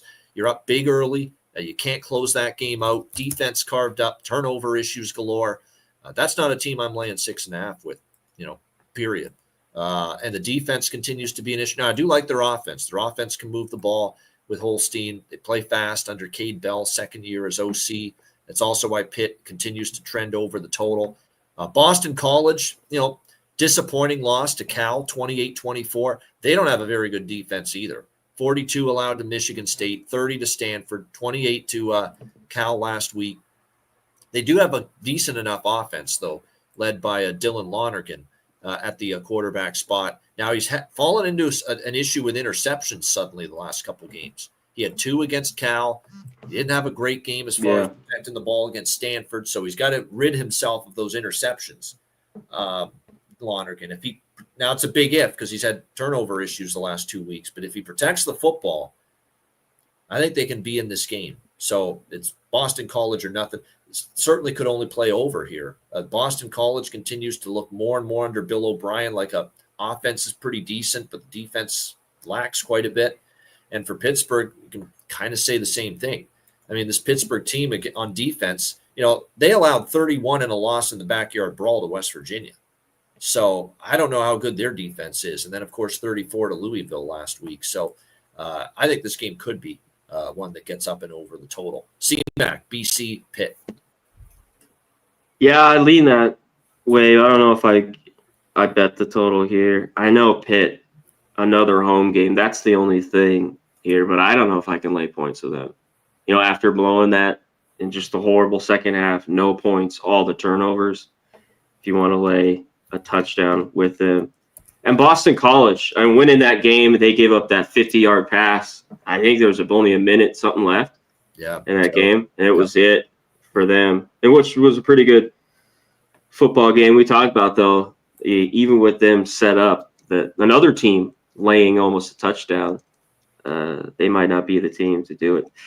So this is tough. I kind of lean BC. I think it might be too many right around the touchdown. Their one problem is their defense. It hasn't been very good. And the quarterback play has to be better or they need to make a change, I think, for BC. All right, Wake Forest, Virginia Tech. Virginia Tech 5-point home favorites, 51 the total in this game. How about Virginia Tech? Signs of life. My goodness. Following the coaching change there, Brent Pry sent packing, and suddenly this team has sprung to life a little bit. Kyron Drones has been a little bit better. Terry and Stewart running the ball, and more importantly, the defense, which was getting absolutely obliterated those last couple games before they fired Brent Pry. 44 allowed to Vandy, 45 to Old Dominion. Suddenly the defense is playing a little better. That's a good NC State offense that they played last week. CJ Bailey and company, they can move the football, and Virginia Tech goes on the road as a near double-digit underdog and beats NC State last week, 23-21. Wake Forest, this is a tricky game. I get the sense maybe there was some contention between Brent Pry and the players, because it's looked like a much more together team, buttoned up, no mistakes, not as many penalties, and they've looked like a different Hokies bunch these last 2 weeks since the coaching change. It covered both point spreads, by the way, as well. One was against Wofford, an FCS team, but to go on the road, win outright at NC State, I was impressed. And I worry about this spot, CMAC, for Wake. You had that game firmly in your grasp, firmly in your control against Georgia Tech. You're about to pull this huge upset, mother of all flat spots for Georgia Tech, and they played like it. And you let it slip through your fingers, and you lose 30-29 in overtime. Unfortunately, you have a collapse in the fourth quarter where they come back and they obviously, tie that game 23-23.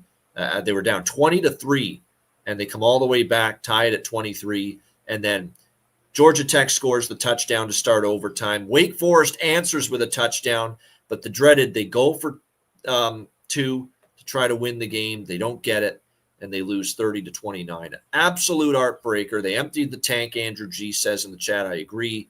I don't trust Wake in this spot now going on the road after a loss like this, and I'm still a little bit leery of backing Robbie Ashford on the road at quarterback. So combine that with Virginia Tech 2-0 against the spread since the coaching change. Maybe there's value on Virginia Tech moving forward, because there's been big-time signs of life, a pulse. The energy's back. That's the thing. You watch the Vandy and the Old Dominion blowouts, the final 2 games before they got rid of Pride, CMAC, there was no energy. It was a lifeless football team. The life is back from what I've seen in Virginia Tech the last 2 weeks. So I think they're undervalued right now, Virginia Tech. So it's Hokies or nothing for me. CMAC, what do you think?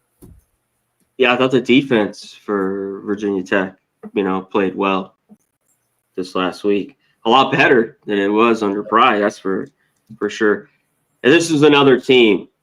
Second collapse at home for Wake Forest after being up. That was if you had it wake up to take Georgia Tech live in that game. Hopefully some people did, because I had a feeling that was coming. And Robbie Ashford plays good again most of the game, but really in the first half. But yeah, you got to play 4 quarters, and Wake Forest just is not doing it. So yeah, this is going to be tough for them.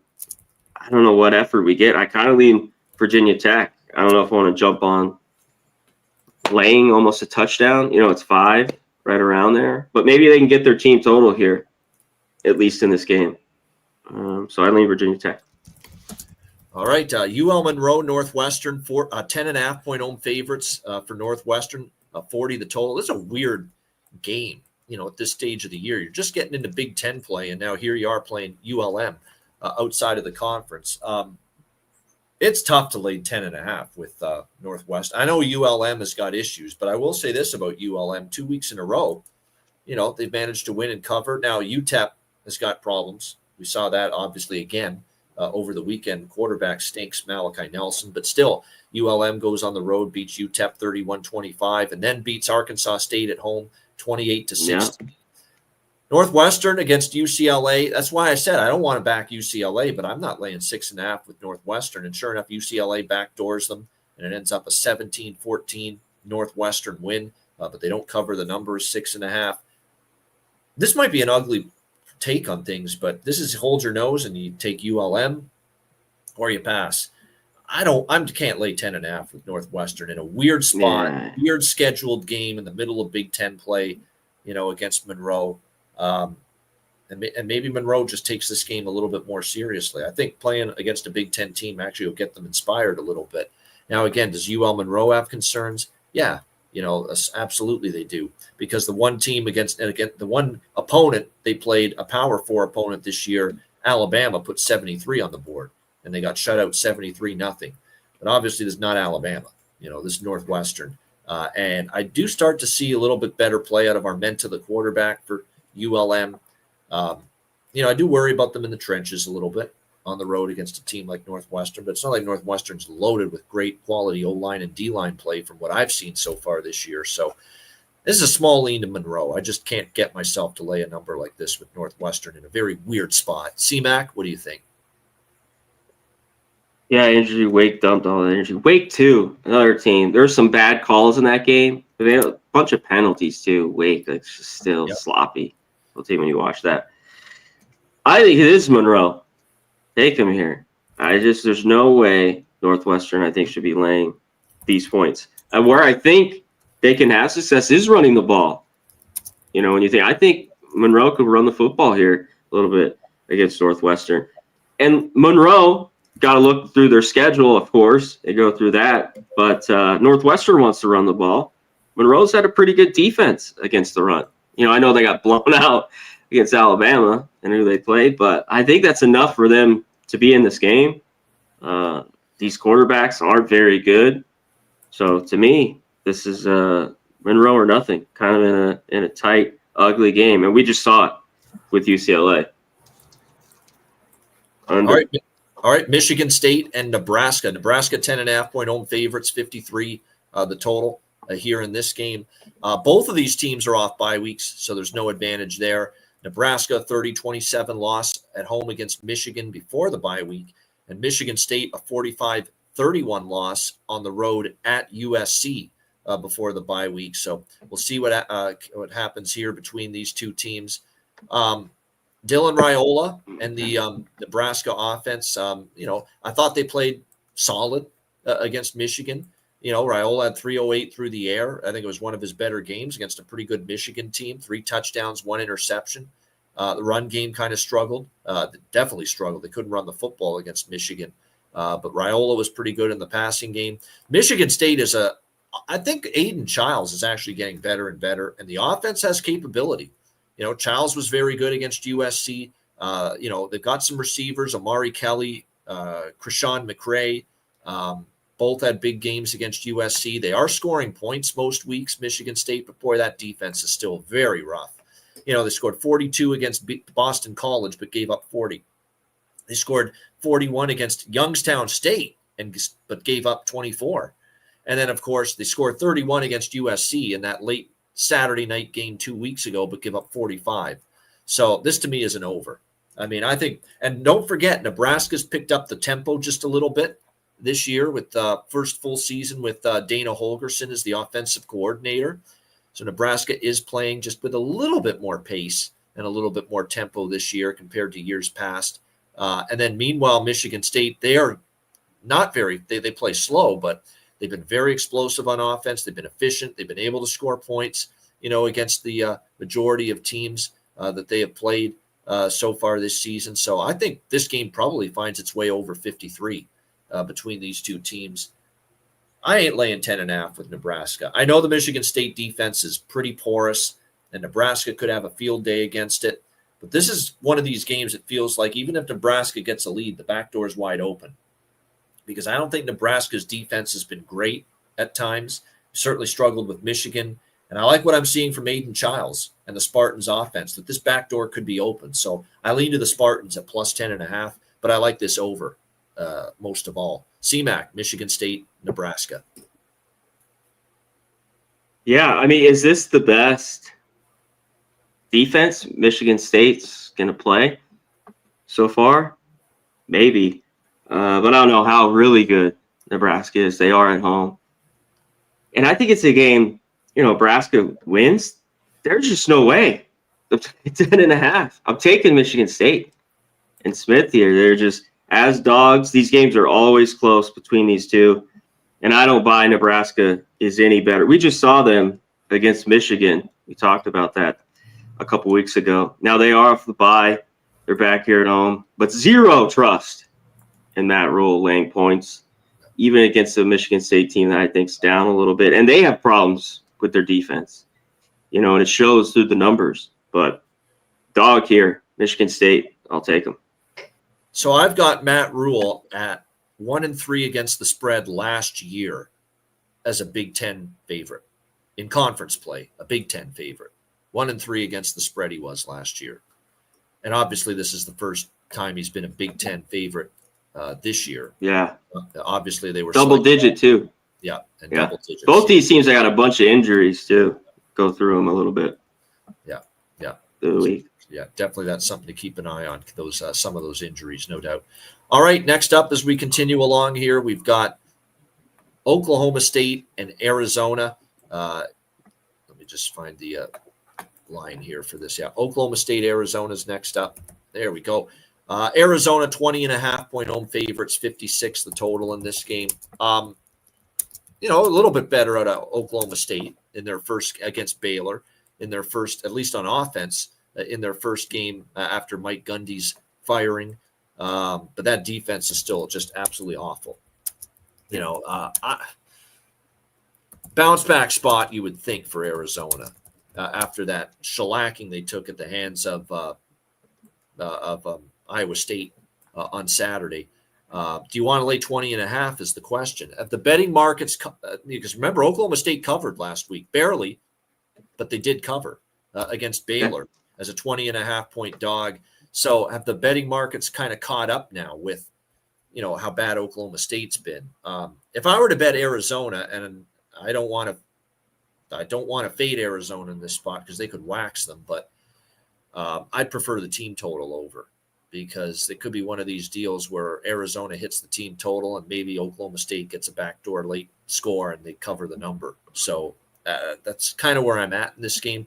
Or just bet over 56. I mean, these Oklahoma State games against any sort of capable offense. Now, throw out the Tulsa game. I know that was an under, but every other game. I mean, 69 at Oregon, the 45-27 game against Baylor last week.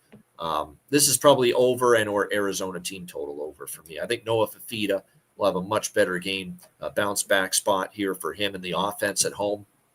And Oklahoma State, yes, they scored 27 points against Baylor.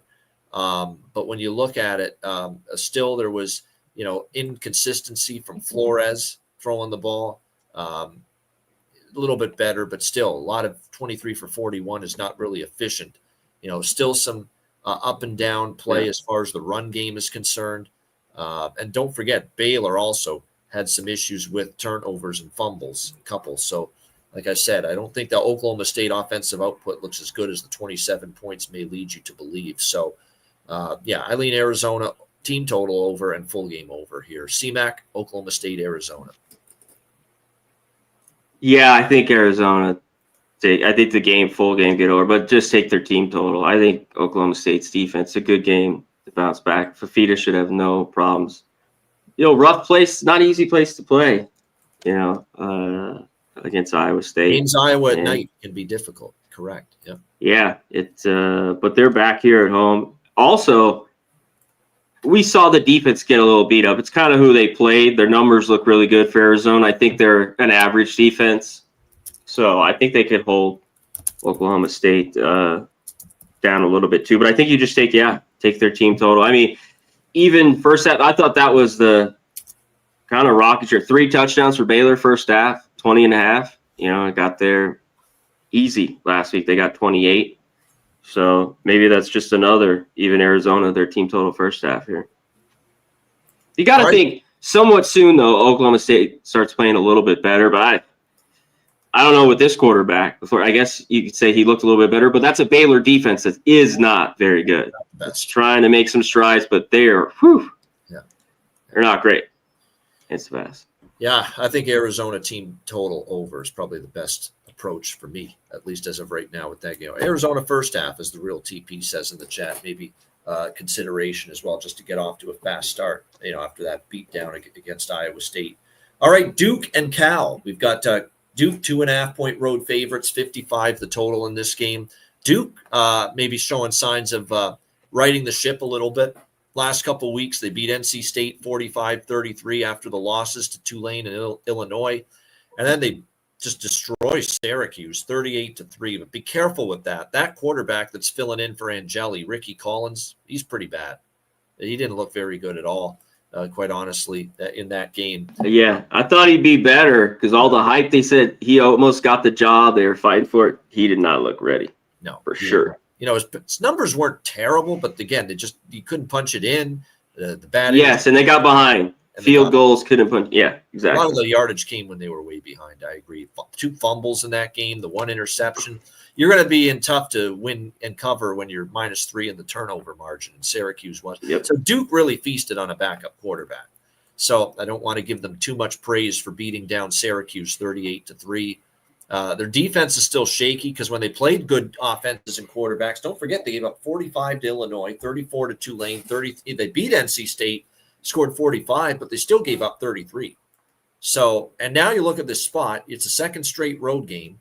You're going all the way out to Berkeley, late night Saturday West Coast game, 10:30 Eastern. And we've already seen Cal beat teams in this kind of spot, like Minnesota earlier this year. Minnesota was going out late night Saturday to play this game at Cal, and Cal beat them 27-14. So really tough spot for Duke, dubious spot, body clock issues, late night West Coast game at Cal. Cal seems to feast in these spots. So I'm kind of leaning to the California side here and the Golden Bears +2.5. You know, we like the freshman quarterback. Clearly it was a blip on the radar what happened against San Diego State, because last week at Boston College, Jaron Kiave Sagapolu-Tele played a lot better. 254 through the air, a couple of touchdown passes on the road. It was a bounce-back performance from him. You know, a solid showing from the run game, led, of course, by Kendrick Raphael for Cal. Yeah, I just think Cal – I got to lean Cal here. I know Duke has, you know, played better and 2 wins in a row, but these spots have not been good for these teams. Look at Houston last week at Oregon State late on a Friday night. Team traveling to the West Coast. They looked like they were in a fog for 3 quarters in that game. Look at Minnesota at Cal earlier this year. Minnesota couldn't get out of their own way. So I definitely think it's a strong scheduling situational advantage to the home underdog here. C-Mac, what do you think? Duke, Cal? Oh, yeah. I'm on Cal. Especially after Duke wins a game like that. Like more of the public, like this Duke team's for real. You know, I'm going to take it, and it shows. I mean, there's not any threes. If there is, I don't think there is, but I'll gladly take a 3 because I think they could win outright. We've talked over the years, too. Wilcox, at home, Cal is a dog. Whether it's big, double-digit, small, they are live. I think they're live in this game. And now Dukes look better, and why they in this game could be a problem is turnovers. They've been winning the turnover battle these last few games. You know, and the offense has looked pretty good. It's a good quarterback. And I don't think – Yep, Darian Mensah. Yeah. The defense, I say, has looked better, but I don't think their defense is for real. Yeah, Cal gets that.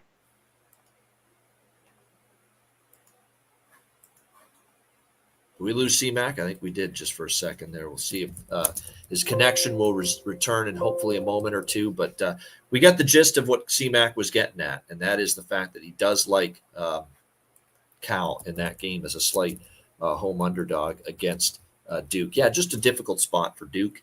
And I got to see more. You know, maybe this price is being inflated by beating up a Syracuse team with injuries and playing, you know, a quarterback that clearly looks like he's not nearly as good as the guy he replaced, Steve Angeli. So just beware of that. All right, Penn State and UCLA. We've got Penn State 25-point road favorites, 50 the total. What do we get from Penn State here? Are they out for blood? And, you know, after a heartbreaking tough loss against Oregon in overtime in Happy Valley on Saturday night, they've got the right team to maybe destroy in UCLA. And we know with now what's worth noting with Penn State is they haven't covered a point spread yet. Yeah, they're 3-1 straight up, but they're 0-4 against the spread. And the non-point spread covers, other than the Oregon loss, which was the first good opponent they played this year, Villanova, Florida International, and Nevada. That's sisters of the poor. And you're 0-4 against the spread. So I'm telling you, there's no chance I'm betting a side in this game. I am not laying 25 with James Franklin and Penn State 0-4 against the spread, coming off a heartbreaking loss against um, Oregon, and now have to travel all the way out on the West Coast. Let me take a look at what Franklin did last year, first year in the Big Ten, first year with the new look Big Ten on those West Coast games. They went to the West Coast to USC is the only team they played on the West Coast last year in Big Ten play. They lost that game as a 4. Well, actually, they won in overtime 33-30, but they were a 4-point favorite and didn't cover. So that being said, it's tough to back UCLA. I mean, we just saw them lose to a lowly Northwestern team. That's a bad football team. There is nothing really that you can hang your hat on. Nico Iamaleava is just really struggling. The defense is not great. They played a little bit better against Northwestern, but it's not like Northwestern's offense was rolling. So I'll tell you right now, there'll be no bet on this game. I don't want to back UCLA, even at plus 25, but Penn State 0-4 against the spread, laying a number like this, traveling east to west off a heartbreaking loss. And they didn't cover in their only instance last year, going out on the West Coast in Big Ten play. So, there's not really a big appetite for me to bet anything here in this game. All right, we'll see if CMAC can rejoin us in a moment. In the meantime, we'll roll on. We've got Texas taking maybe the under in that Penn State-UCLA game. Lean that way. Texas and Florida next up here as we go to SEC action. Texas 6.5-point road favorites, 44 the total in this game. You look at Arch Manning and, you're waiting for that big game, that big performance from him leading this Texas offense. We've really yet to see it so far this season. We saw it against Sam Houston State, but that's one of the worst defenses in college football. So you don't want to go too crazy with that one. But there's still a lot of issues. They're also banged up at the running back spot. Quintravion Wisner and CJ Baxter. Keep an eye on those two injuries for Texas. See if they're able to suit up here for this game on Saturday. You got Texas and Florida both off a bye week. Florida limping into the bye week with the losses to South Florida, LSU, and Miami in 3 straight weeks. That's a pretty big gauntlet, though. Now, the South Florida loss was as an 18-point favorite. They lose to LSU and Miami as dogs. Defense continues to play okay. Even in the Miami game, Carson Beck and the way the Hurricane offenses looked, for Florida to hang in there as well as they did for a good part of that game. Like, they held Miami to 13 points going into the fourth quarter when they played the Hurricanes. So the Florida defense continues to be solid, continues to battle, continues to give them chances. And when you look at Arch Manning, we have one game this whole entire year where he played great, and that was Sam Houston State. The UTEP game, a weak team at home, and he struggled a bit in that game. San Jose State, took him a while to get going in that game, and we know he struggled at Ohio State. And now here he is going on the road to face a Florida defense that hasn't packed it in. I'm not running a lay 6.5 with Texas and Arch here. I can tell you that. I am not running a lay 6.5 with Texas and Arch here. But I worry about Florida's offense working, because Florida's offense looks like it's in a bit of shambles right now. They've not moved the football. They've scored 33 points in their last 3 games combined in that trifecta of tough games in a row: USF, LSU, and Miami. DJ Lagway's banged up with the leg injury. We'll have to see if he even suits up here in this game. Not that he was great anyway. We had that multiple interception game against LSU in a game they probably could have won if he doesn't turn the ball over as much. But it looks like the latest update is Lagway said, he's practicing. So he'll be back. He'll be good to go. But again, you're talking about a quarterback here for Florida that has, 5 touchdowns and 6 interceptions on the season. That's not the ratio you want. So I think the under might be the best move here in this game. Like I have not seen enough quality from Texas on offense to think they're going to go up and down the field. And Florida's defense continues to hang in there and play decent, give the team a chance in spite of the offensive struggles. But DJ Lagway's not giving me a ton of confidence to make me think Florida's offense is going to move the ball up and down here against this very good Texas defense. So the under is probably the best option here in this game. I'd need 7 or more. I'd need at the very least 7 to bet Florida, but I'm kind of leaning that way. And I just don't. I got to see more from the Texas offense before I'm laying 6.5 on the road. That's really where I'm at here with this game. Kind of a prove it game for Arch, 100% real TP. Because there's nothing I've seen out of Arch Manning that's saying, yeah, I really, really want to just run to the window here and unload on Texas minus 6.5. Not based on what I've seen so far from the Texas offense. So the under might be the best option in this SEC matchup. All right, Miami and Florida State. This is your Saturday night football game. This is the one that Chris Fowler and Kirk Herbstreit will be calling for ABC on Saturday night. We've got Florida State. It looks like, or sorry, we got Miami rather.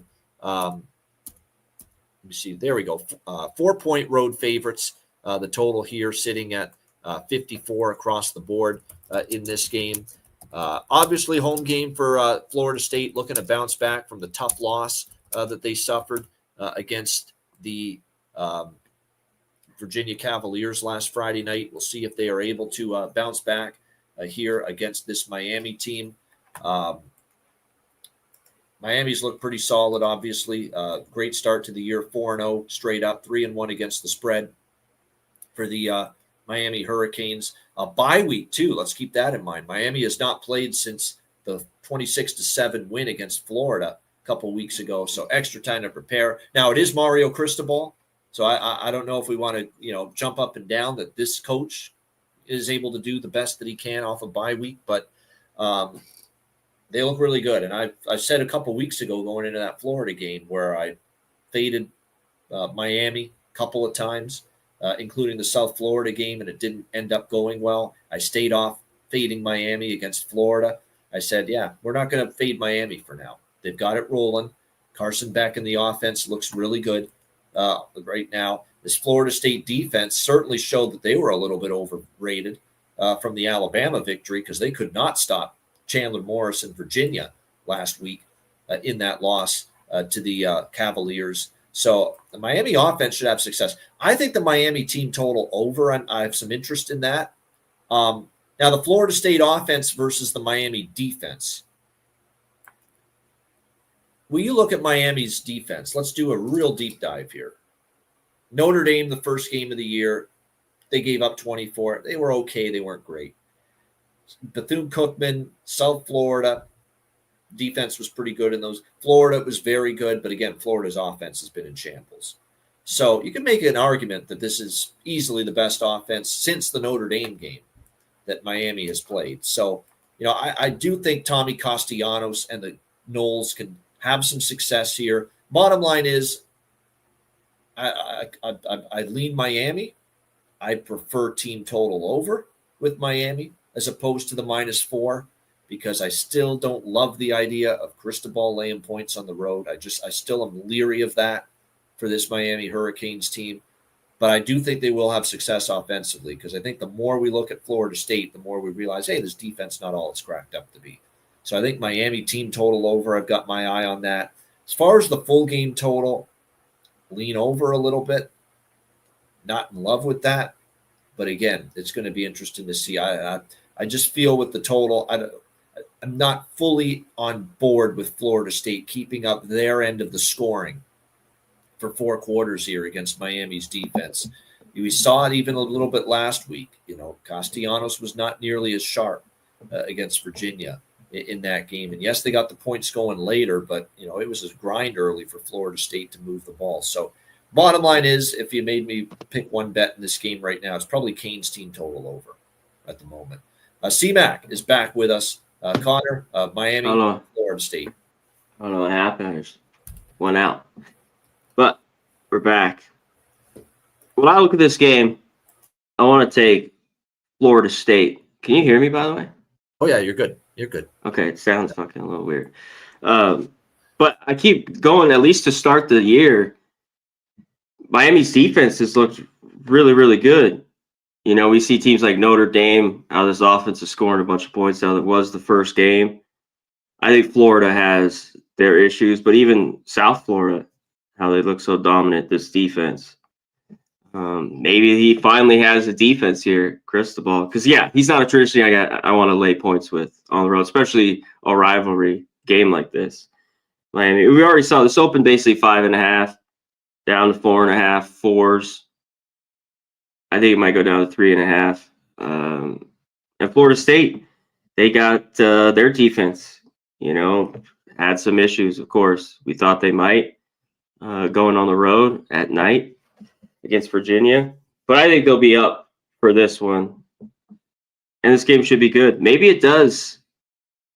I don't know about the total. I'm going to stay off the total, at least for now. And I think a key is with both these, how talented they are, is the quarterbacks, though. Because both can make mistakes. And Beck, his defense has been so good, but they've gotten away with it. A couple of these games, he's had a couple picks. It didn't matter. He had that pick. Florida scores a touchdown. He throws a pick at the 50, but Florida can't do anything with it. So it's worked out a little bit with him. And we know Castellanos can make some mistakes, but both do make are playmakers and are very, very good. So, I mean, this one should be excellent, but I'm leaning Florida State here early. All right, just quickly on the two games I talked about while Connor's power went out just for a bit there. Penn State, UCLA. You got anything there? Any opinion? No. I think UCLA taking the right steps, but I'm tempted. If it was a little bit higher, I'd be maybe on them taking the points there. Even with Penn State going out west, they should win this, but I don't know if you really want to lay the points. I wish that was over 4 touchdowns going through last night to look at it. And I'll be quick. I can't take Texas. Yeah, I can't take Texas here. Yeah. I just can't do it. Even though the reason why I think they could win this game, Texas, is because of their defense. I still think a little bit. Which could happen. And Langway had 5 interceptions against LSU alone. That could be an issue. Yeah. Watch him that game and then to watch him next game against Miami, he just doesn't set his feet. He's a rat. I mean, he's not right now, and his percentage is way off. He's not someone that I want to back. When they were playing so good at the end of last year, it was their defense, and I still think they have a pretty good defense. So that makes them, I think, live in this game. It's just the offense. Can we get anything from this team at all? And we're showing it here with this total being this low, leads me to the home dog here a little bit. Right, good stuff there. That's a good point there by Wallow in our chat, talking about the struggles of the Florida State run defense. That could come into play here. Florida State. They did have trouble. They're at home now, though. But they definitely had trouble against Virginia. They did. So we'll see if they can clean that up. Mike Norvell can get that cleaned up. All right, Illinois, Purdue. Illinois, 8.5-point road favorites, 55.5 the total. You got to give Illinois credit. Bounce back for them after just getting annihilated and embarrassed by Indiana 2 weeks ago, and to come back and beat USC. You know what's amazing about that win for Illinois against USC on Saturday afternoon is that they turned the ball over multiple times and still were able to beat USC and find a way to win that game. So very good performance from them on offense. Luke Altmaier, big bounce back from him. Big bounce back game from the entire offense there with the 34-point output, 328 through the air. They got everybody chipped in as far as receiving is concerned. They ended up piling up over 500 yards of offense. The defense was good enough. Mayava still threw for 364 passing yards, but it was a struggle for USC to get the ground game going. And again, 2 lost fumbles by Illinois, and yet they were still able to overcome that and win the football game 34-32 on the walk-off field goal at the end. So you got to give Bielema credit. It's not easy to get your team off the mat coming off a game like they had against Indiana, and they did. But now they're off that big win. The Storm stormed the field after that win against USC. Brett Bielema's hugging his kids and his family in the interview after the game. I wouldn't be rushing to lay 8.5 with them now in this spot. And you know my feelings on Purdue. Purdue still got a ways to go. And the Notre Dame game showed that. Like, they're not ready to play teams of that caliber just yet. But you're seeing some light at the end of the tunnel for Purdue. Barry Odom, they're not making as many mistakes. They're not taking as many penalties. It seems like they're a more prepared team on a weekly basis. They lost to USC at home 33-17, but if not for 3 red zone turnovers, that's a game down to the wire if not for that. And that continues to be a bit of a problem. I like Ryan Brown. There's definitely a decent arm there. He can move around a little bit, but he's having a few too many interceptions for my liking. You hope Ryan Brown can kind of rein that in here. 6 touchdowns, 5 interceptions. It's too many. If he does, Purdue might be in this game. Purdue's off a bye. I'm a Barry Odom guy, as you know. Extra time to prepare. Now, this could be a competitive game. I'm leaning Purdue plus 8.5. Probably an over as well because I trust I think Purdue can probably move the football. Purdue's defense is still an issue, and it's going to take Barry Odom time with that defense. There's still a lot of problems with that defense. Like against the 2 teams that can move the football, 33 given up to USC, 56 given up to Notre Dame. So still a big work in progress for that Purdue defense. But I still think Purdue can keep this to a 1-score game at home with Illinois coming off the big win, and I like the over. CMAC, Illinois, Purdue.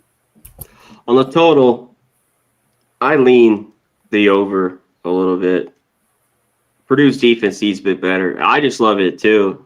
Of course, you guys said it. Odom off a bye.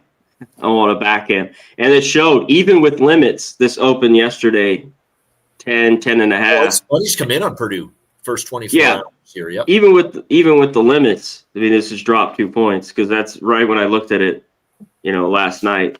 I thought that was it. Jump on it, but I still think it's okay over the touchdown here.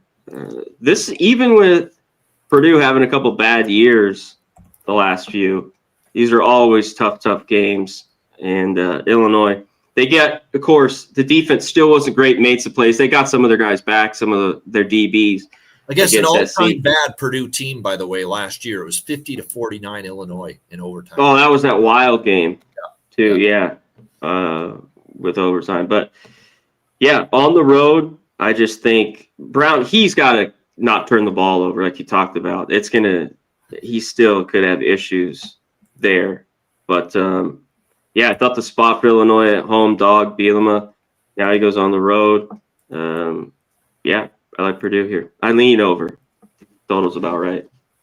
All right, Texas Tech and Houston. We've got Texas Tech.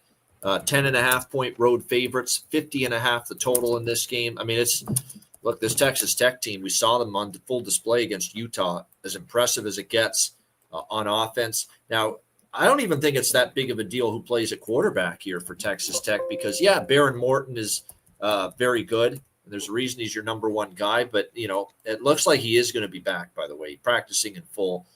So it looks like he is back. It won't be Will Hammond. It will be Baron Morton returning at quarterback for Texas Tech. This might be – now, again, I don't want to jump to conclusions. There's still a lot of season left. This could be the best Texas Tech defense in years that Joey McGuire's got. I mean, to really bottle up Devin Dampier and that Utah offense on the road a couple of weeks ago, damn impressive. Really, really good. Like, they blew up the line of scrimmage. They couldn't get the run game going. The coverage down the field was good. And that's a Utah team that bounced back and once again hung a big number last week against West Virginia. So can't say enough about how impressive Texas Tech's defense was.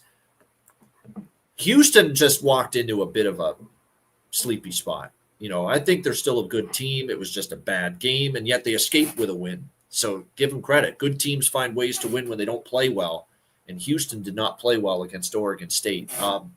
I usually like Willie Fritz as a dog, but I don't think I'm in any rush to step in front of this Texas Tech freight train. So I'm probably going to end up off the game.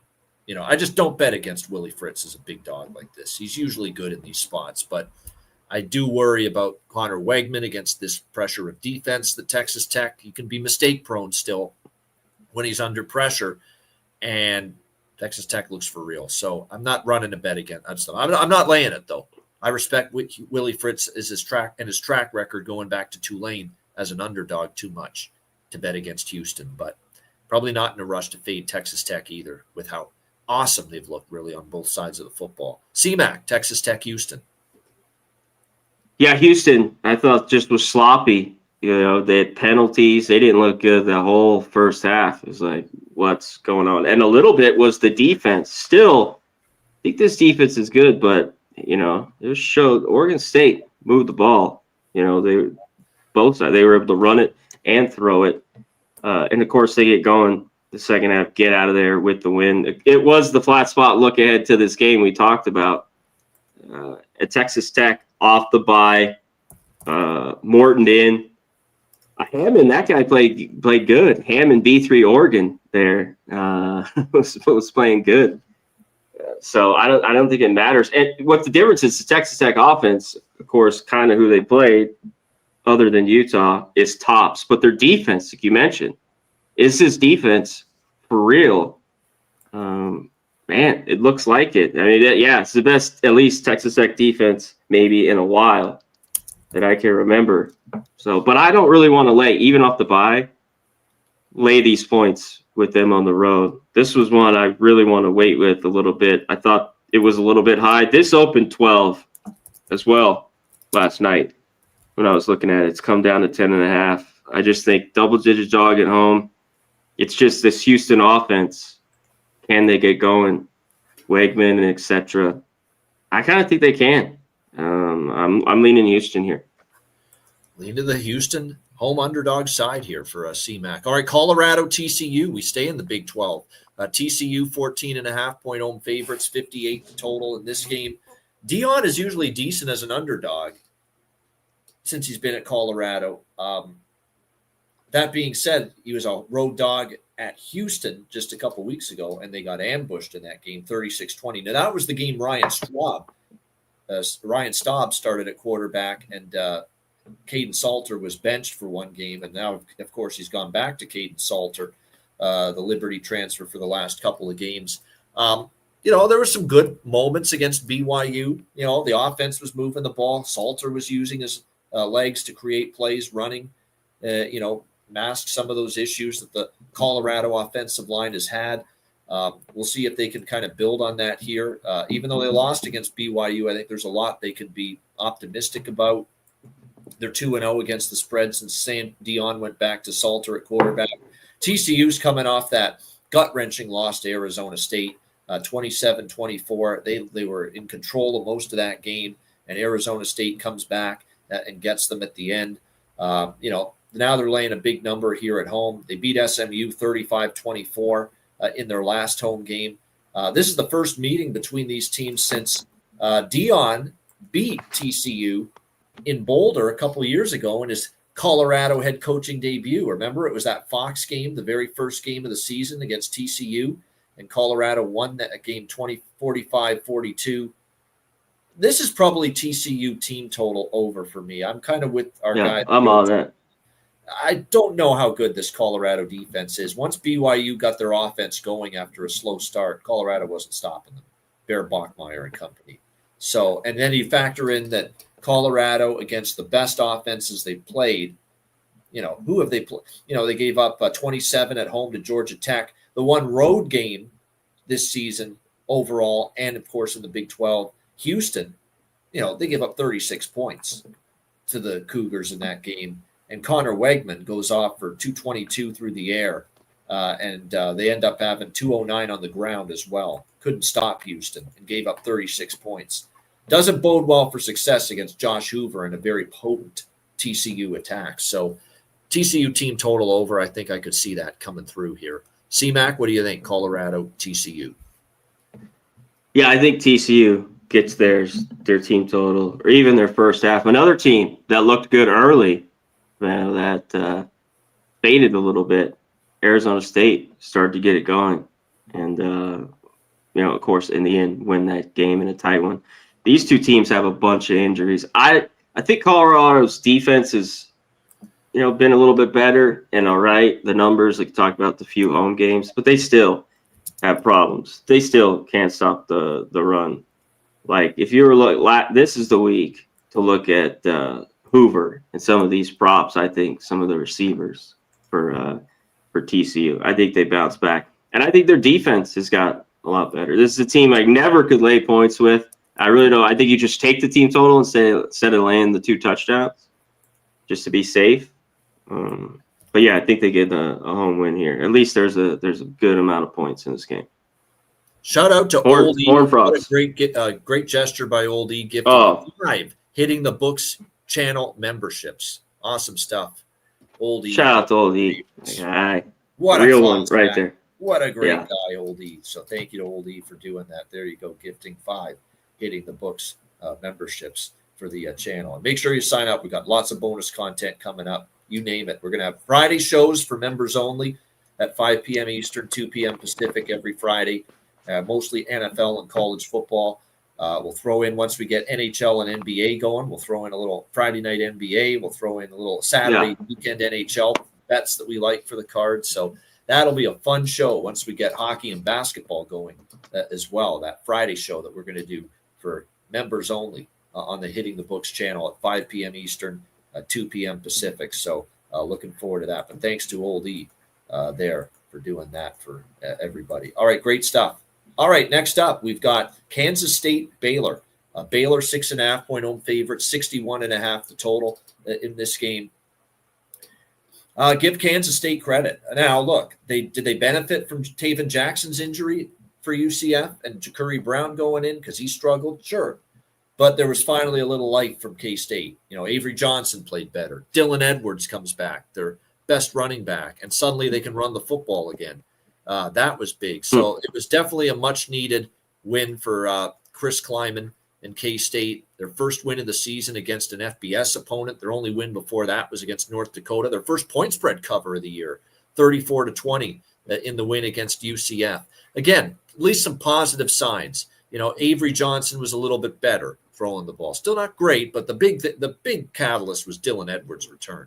166 rushing yards for him against UCF, and he makes a difference to that Kansas State offense. Yeah, definitely. Oh, he is a difference maker. There's no doubt.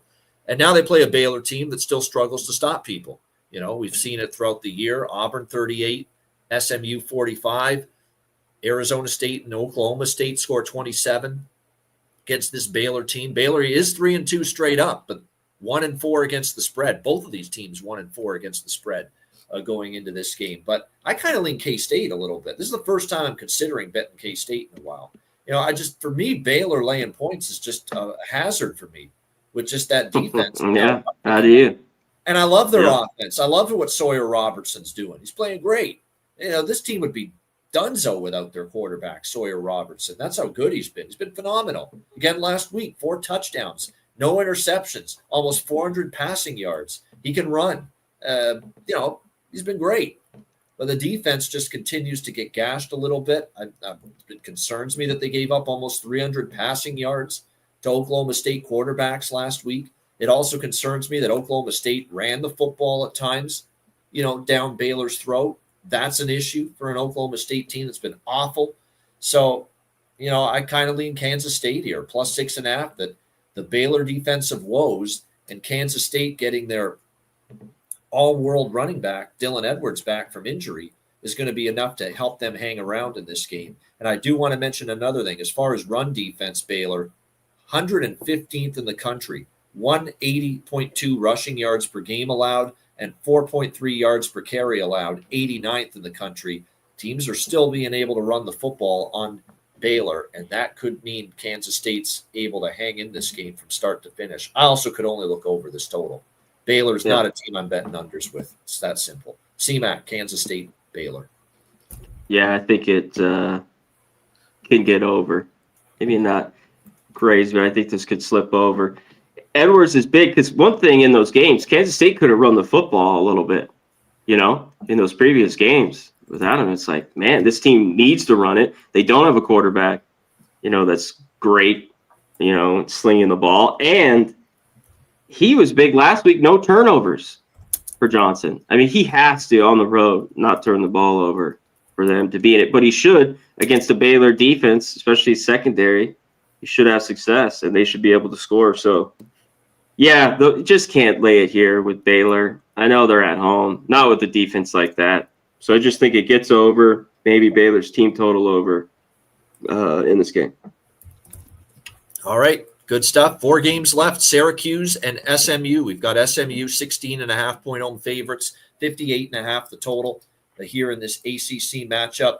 That was not pretty from Ricky Collins, who is now forced into duty at quarterback for Syracuse with his injury to Steve Antelli. And yeah, it was just not very good from him against Duke. They lose 38-3. Kind of can't back Syracuse, even at plus 16.5 until I see better from the quarterback. That being said, you want to take SMU and lay 16.5? This team hasn't covered a number yet this year, SMU. 0-4 against the spread. They lost outright as favorites to Baylor. They didn't cover the very first game of the year. It's against East Texas A&M. 28.5-point favorites against Missouri State. They only won 28-10. They didn't even get close to covering the number there. And then they were 6.5-point dogs at TCU. They lost 35-24. So they've been overvalued. So this is a tricky game from a side perspective. I know I'm not laying 16.5 with a team that hasn't covered a point spread yet, but to trust Syracuse offense on the road with what I saw from Ricky Collins after they were only able to score 3 at home against Duke, not something I'm looking to do. Total, same thing. SMU's kind of an over team, but how are you betting an over at 58.5 with Syracuse after what you saw from their quarterback and their offense last week? So, this game I'm probably going to end up staying off. CMAX, Syracuse, SMU. Yeah, for the over, you need Syracuse to score some points. So maybe just a little bit in this game because of him, just go with SMU's team total because they've just struggled to cover numbers. Even at the end of last year, they did. A different team, of course, too, because they had some home games last year, like Cal, some other ones I remember. They were like 38-7 type games. Could that be this with Syracuse? And just not enough from Collins because until they just scored 3 points, Syracuse was an over team. This is a team that you've been betting their overs. They've been cashing a ton. So maybe you just stick to SMU getting theirs. And what's Syracuse defense? Is Clemson that bad where they look good? Because some of these other games, Tennessee, we saw, and last week against Duke at home. I mean, you got to think they play better. But is that enough? I'm not so sure because I got to see more. Off a bye week and a loss too, so that's a plus spot. Yeah, for SMU. They're off a bye week, so they should come out raging. Maybe even their first half here, team total. What Syracuse are we getting with Collins? Not first half spread, not full game spread. If I bet SMU, I would go first half team total over full game. Yeah, I like it. Yeah. I try to jump on those in situations for sure. And why? Because I don't know. You go that route because I don't know what Syracuse we're really going to get. Will they look better with Collins? I don't know if this is the week, if they do. All right, next up, we've got Boise State and Notre Dame. We've got Notre Dame here currently. This number's gone up. This was 16.5, 17, 17.5 it moved up to, and now I'm seeing 19.5.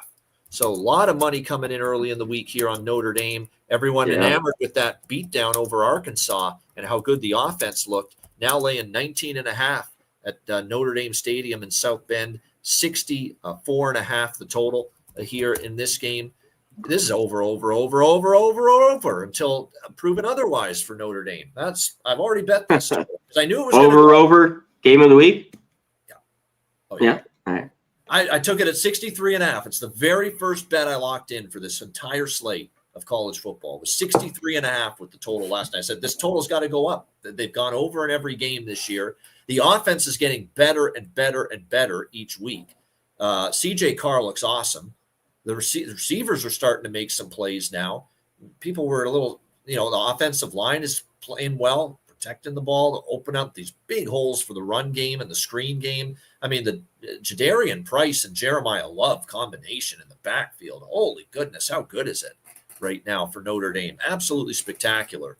And Boise State's defense has been better since the loss to South Florida. They haven't faced any kind of offense the likes that they're going to face here with Notre Dame. And, the next comparable offense is South Florida. They gave up 34 points in that game to USF. They also gave up 37 points to Air Force, this Boise defense. I know they shut down App State last week, but I'm not convinced this Boise State defense is going to keep Notre Dame's high-flying offense in check right now with what I've seen from the Irish here the last few weeks. The one thing I will point out with the Boise defense is, again, the numbers against the run for the Boise defense this year. Like I said, we'll have to see, but, still some question marks there as far as I'm concerned. Maybe not nearly as stout as they've been in the past up front. And like I said, CJ Carr in the passing game, he really is starting to get things rolling. Yeah, I mean, those run defense numbers for Boise are very average. 155 per game allowed on the ground, 4.3 yards per carry. What balance they're starting to show Notre Dame. 173 per game on the ground, 306 per game through the air. Very, very impressive stuff from Notre Dame. Boise State's offense, though, is starting to get going a little bit. And I know Notre Dame's defense, A&M, Purdue, the earlier on before that, I mean, the Notre Dame defense was bad, struggling. Now, last week it was a lot better against Arkansas, but I think because they had such a huge lead, Arkansas had to become one-dimensional, and they had to throw the football a lot, and it made that Notre Dame defense look better. I still need to see more from the Notre Dame defense before saying they fixed everything. Let's not forget they've struggled with Miami, A&M, and Purdue in those games. Their offense is flying. I think Boise can score enough points here for this over to come through. Boise's gone over in 3 of their last 4 games. These two teams are a combined 7-1 to the over this season. So, yeah, I like over. We're going to keep betting these until they stop cashing in Notre Dame games.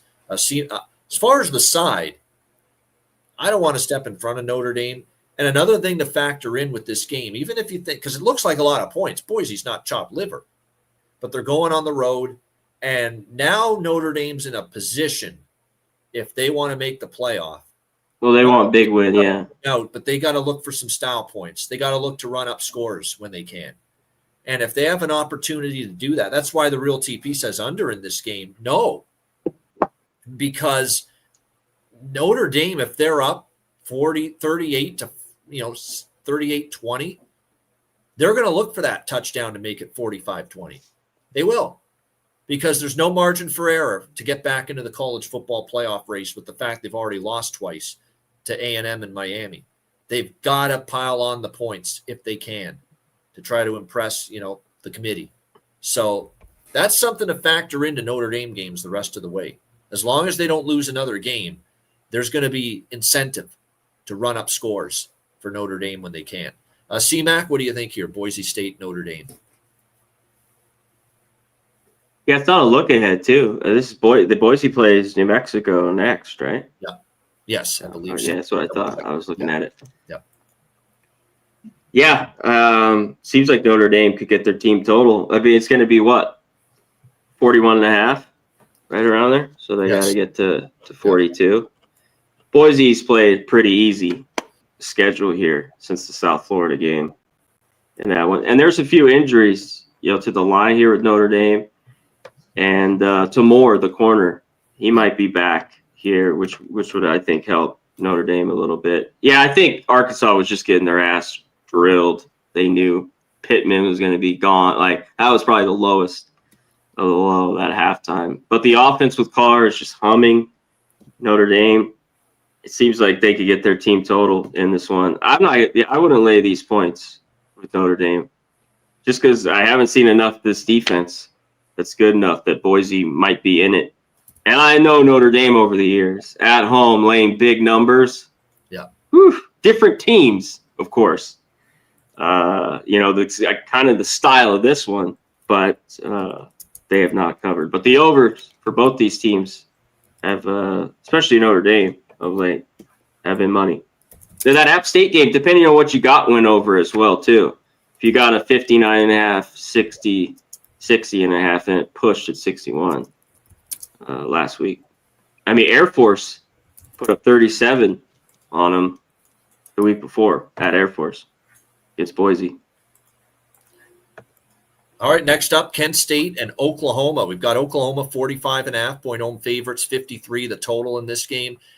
Now, there is no John Mateer. We know he's out for several weeks with the hand injury. He won't be back for a little while. That means Michael Hawkins used to be the starting quarterback here for Oklahoma last year. He will take over and step into the starting role. Now, last year he had 3 touchdowns, 2 interceptions, 63% completions. He does have experience, though. 7 games that he appeared in last year. So you do at least get a guy that's got experience at the quarterback spot, and you got an opponent like Kent State, which makes the transition to putting him back in at quarterback for an injured John Mateer easier, because Kent State's pretty awful, as we all know. So, but I don't want to lay 45.5. I don't want to lay that many points here with Oklahoma in this spot. Do I trust Kent State? Here's Kent State against the FBS competition, the Power 4 competition. Texas Tech, 62-14. They lose by 48. 66-10 at Florida State. They lose by 56. Do you really want to take 45.5 with Kent State with that kind of track record? I don't. I don't. But we are talking a big number with Oklahoma and a new quarterback, and obviously bigger fish to fry, bigger games on deck. So probably a game I just stay off. CMAC, Kent State, Oklahoma. Yeah, and he'll just have Hawkins kind of do just what he needs to do. Easy throws, run the ball. And Oklahoma, they do have a really good defense. Yeah. So, I mean, does Kent State get more than a touchdown?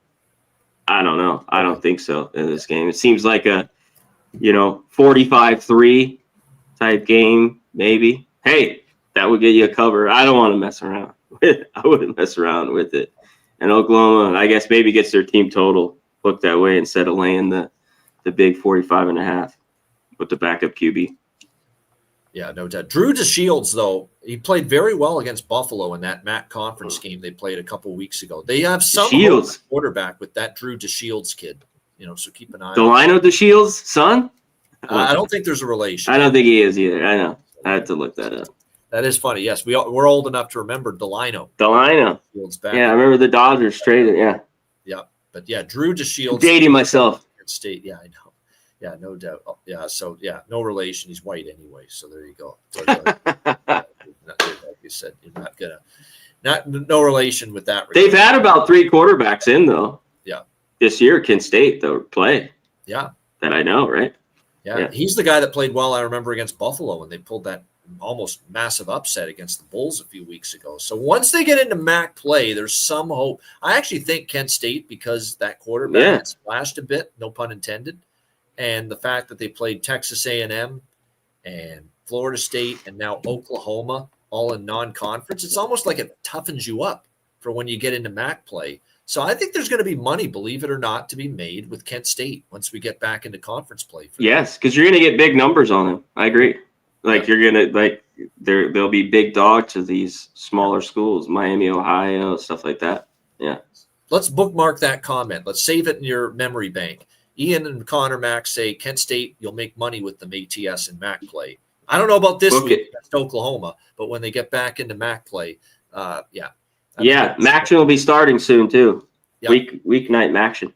Yeah. No doubt. So let's see if they have a winning ATS record, Kent State in MAC conference play. I think there's a possibility they do have a winning record, ATS in MAC play. All right, next up, our final game, Mississippi State and Texas A&M in SEC action. We've got Mississippi State currently in this. Let me just see here. There we go. Mississippi State, Texas A&M. We got the issues with the line live odds screen that I use, so we've got to do some scrambling here to get you the current numbers. But here we go with Mississippi State and Texas A&M. There we go. Texas A&M 14-point home favorites, 57 the total here in this game. Mississippi State heartbreaker. That was a great game for me. I had Mississippi State plus the points in the over against Tennessee. That was a great college football game.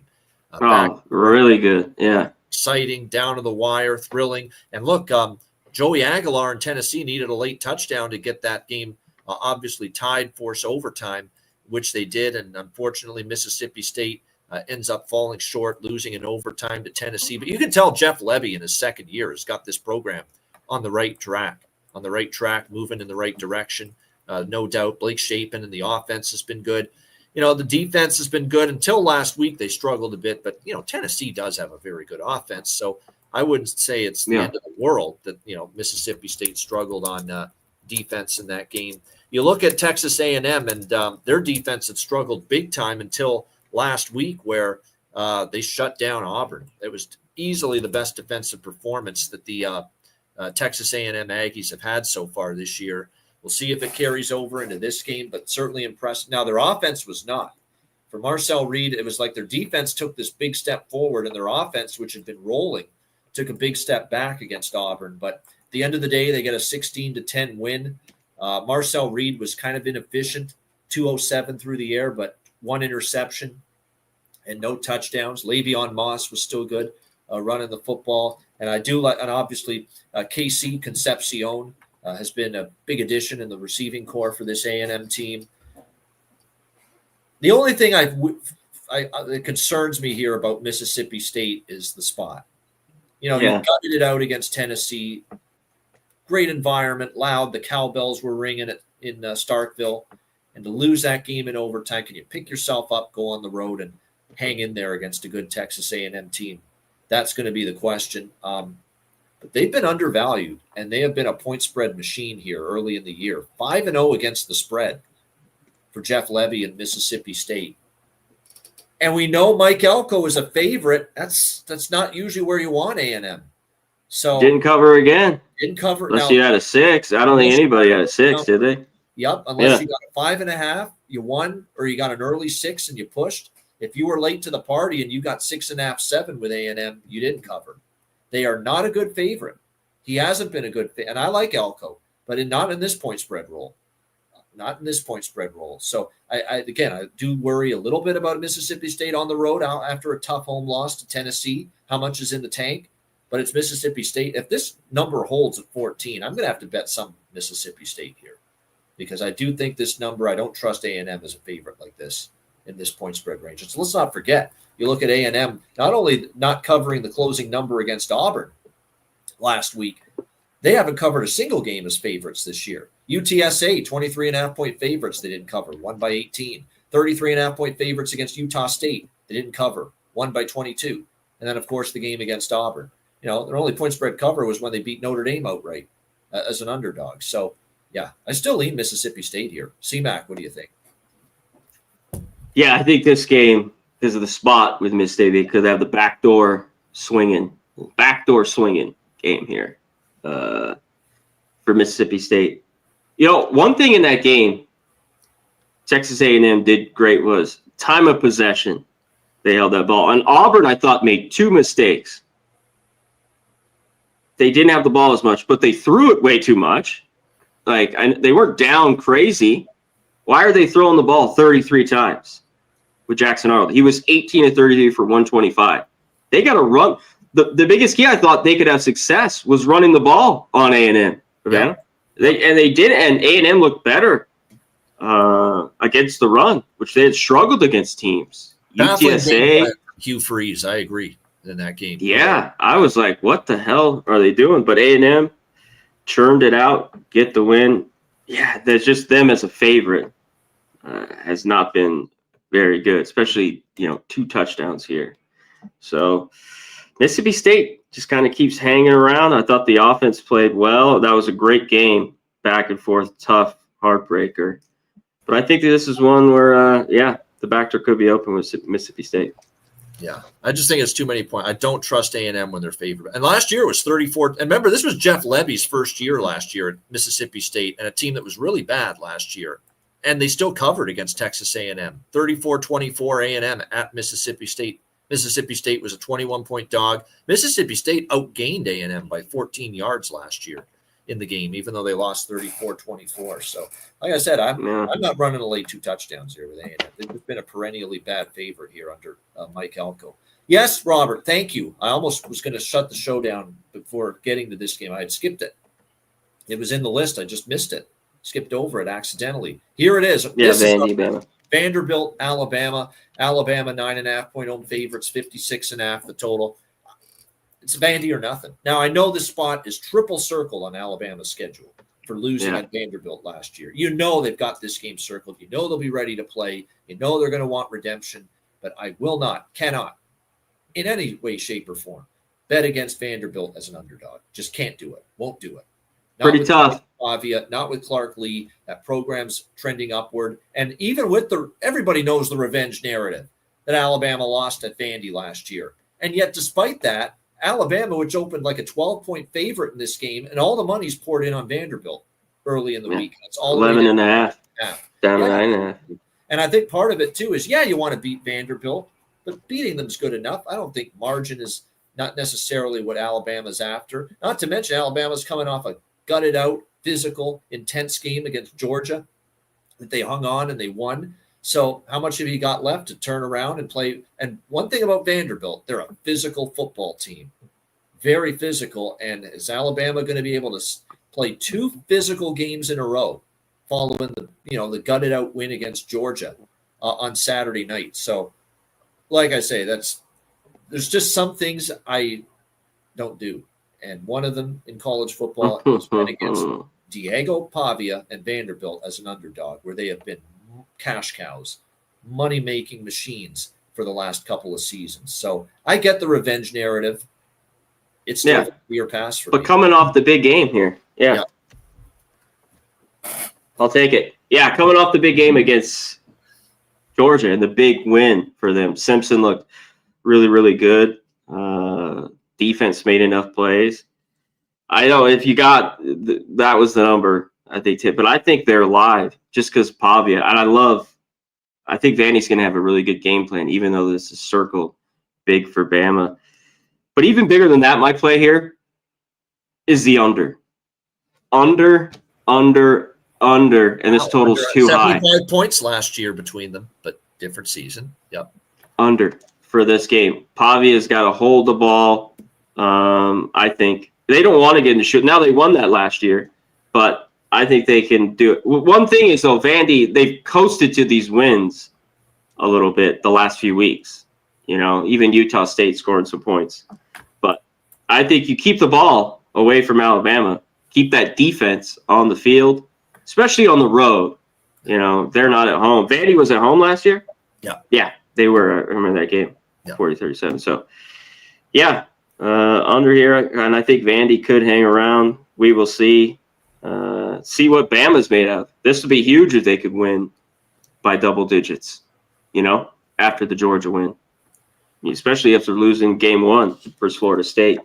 So I think they're going to have a pretty good game plan here. I just know Pavia, the kid, he's got moxie, as they say. And that offense has really been worked better than it's a little bit who they played. We just talked about some very bad defenses, but I think both sides come to play. This should be a great football game. I believe this is Sean McDonough and Greg McElroy doing this game for ABC. I don't know. I think though it's going to be those two because it's at the 3:30 window, this particular game. But like I said, I think it's the total. I am really having a hard time with because Vandy is all of a sudden big plays on offense, explosive plays on offense, scoring a bunch of points. Yeah. This is a better defense, though. Overs, but Alabama's defense has gotten better from that Florida State game. There's no question. They have definitely gotten better on defense. And, Vandy, they gave up points to Utah State, but part of that, I think, was just flat spot, a little sleepy, and, big lead. Hey, and sometimes these SEC games just turn into a shootout. It's like the old Pac-12, the crazy games. They just go wild with points. And that game did last year. Yeah. That game did. And it did last year. There was big plays. Defense wasn't very good on either side. I'll say this, though, to back up anyone, CMAC likes the under. To back up anyone liking the under, I'll say this. Alabama's, normally they play relatively decent pace and tempo, and that's the way it's been for teams coached by Kalen DeBoer, but they have not been overly fast this year under Kalen DeBoer, quite honestly, Alabama. We've seen their seconds per play numbers tumble just a little bit. They are 106th, Alabama, in seconds per play, 28.2. And obviously Vanderbilt has always been near the bottom in pace. 30.8 seconds per play, 131 in the country in seconds per play, Vanderbilt. So if you're betting the under solely based on tempo and pace, it's probably going to be an under pace in this game. You're just hoping you get the under offensive stops. To go with it. And if it, punts, stuff like that. Yeah. No doubt. Long drives. Yes. Pavia running around. Yeah.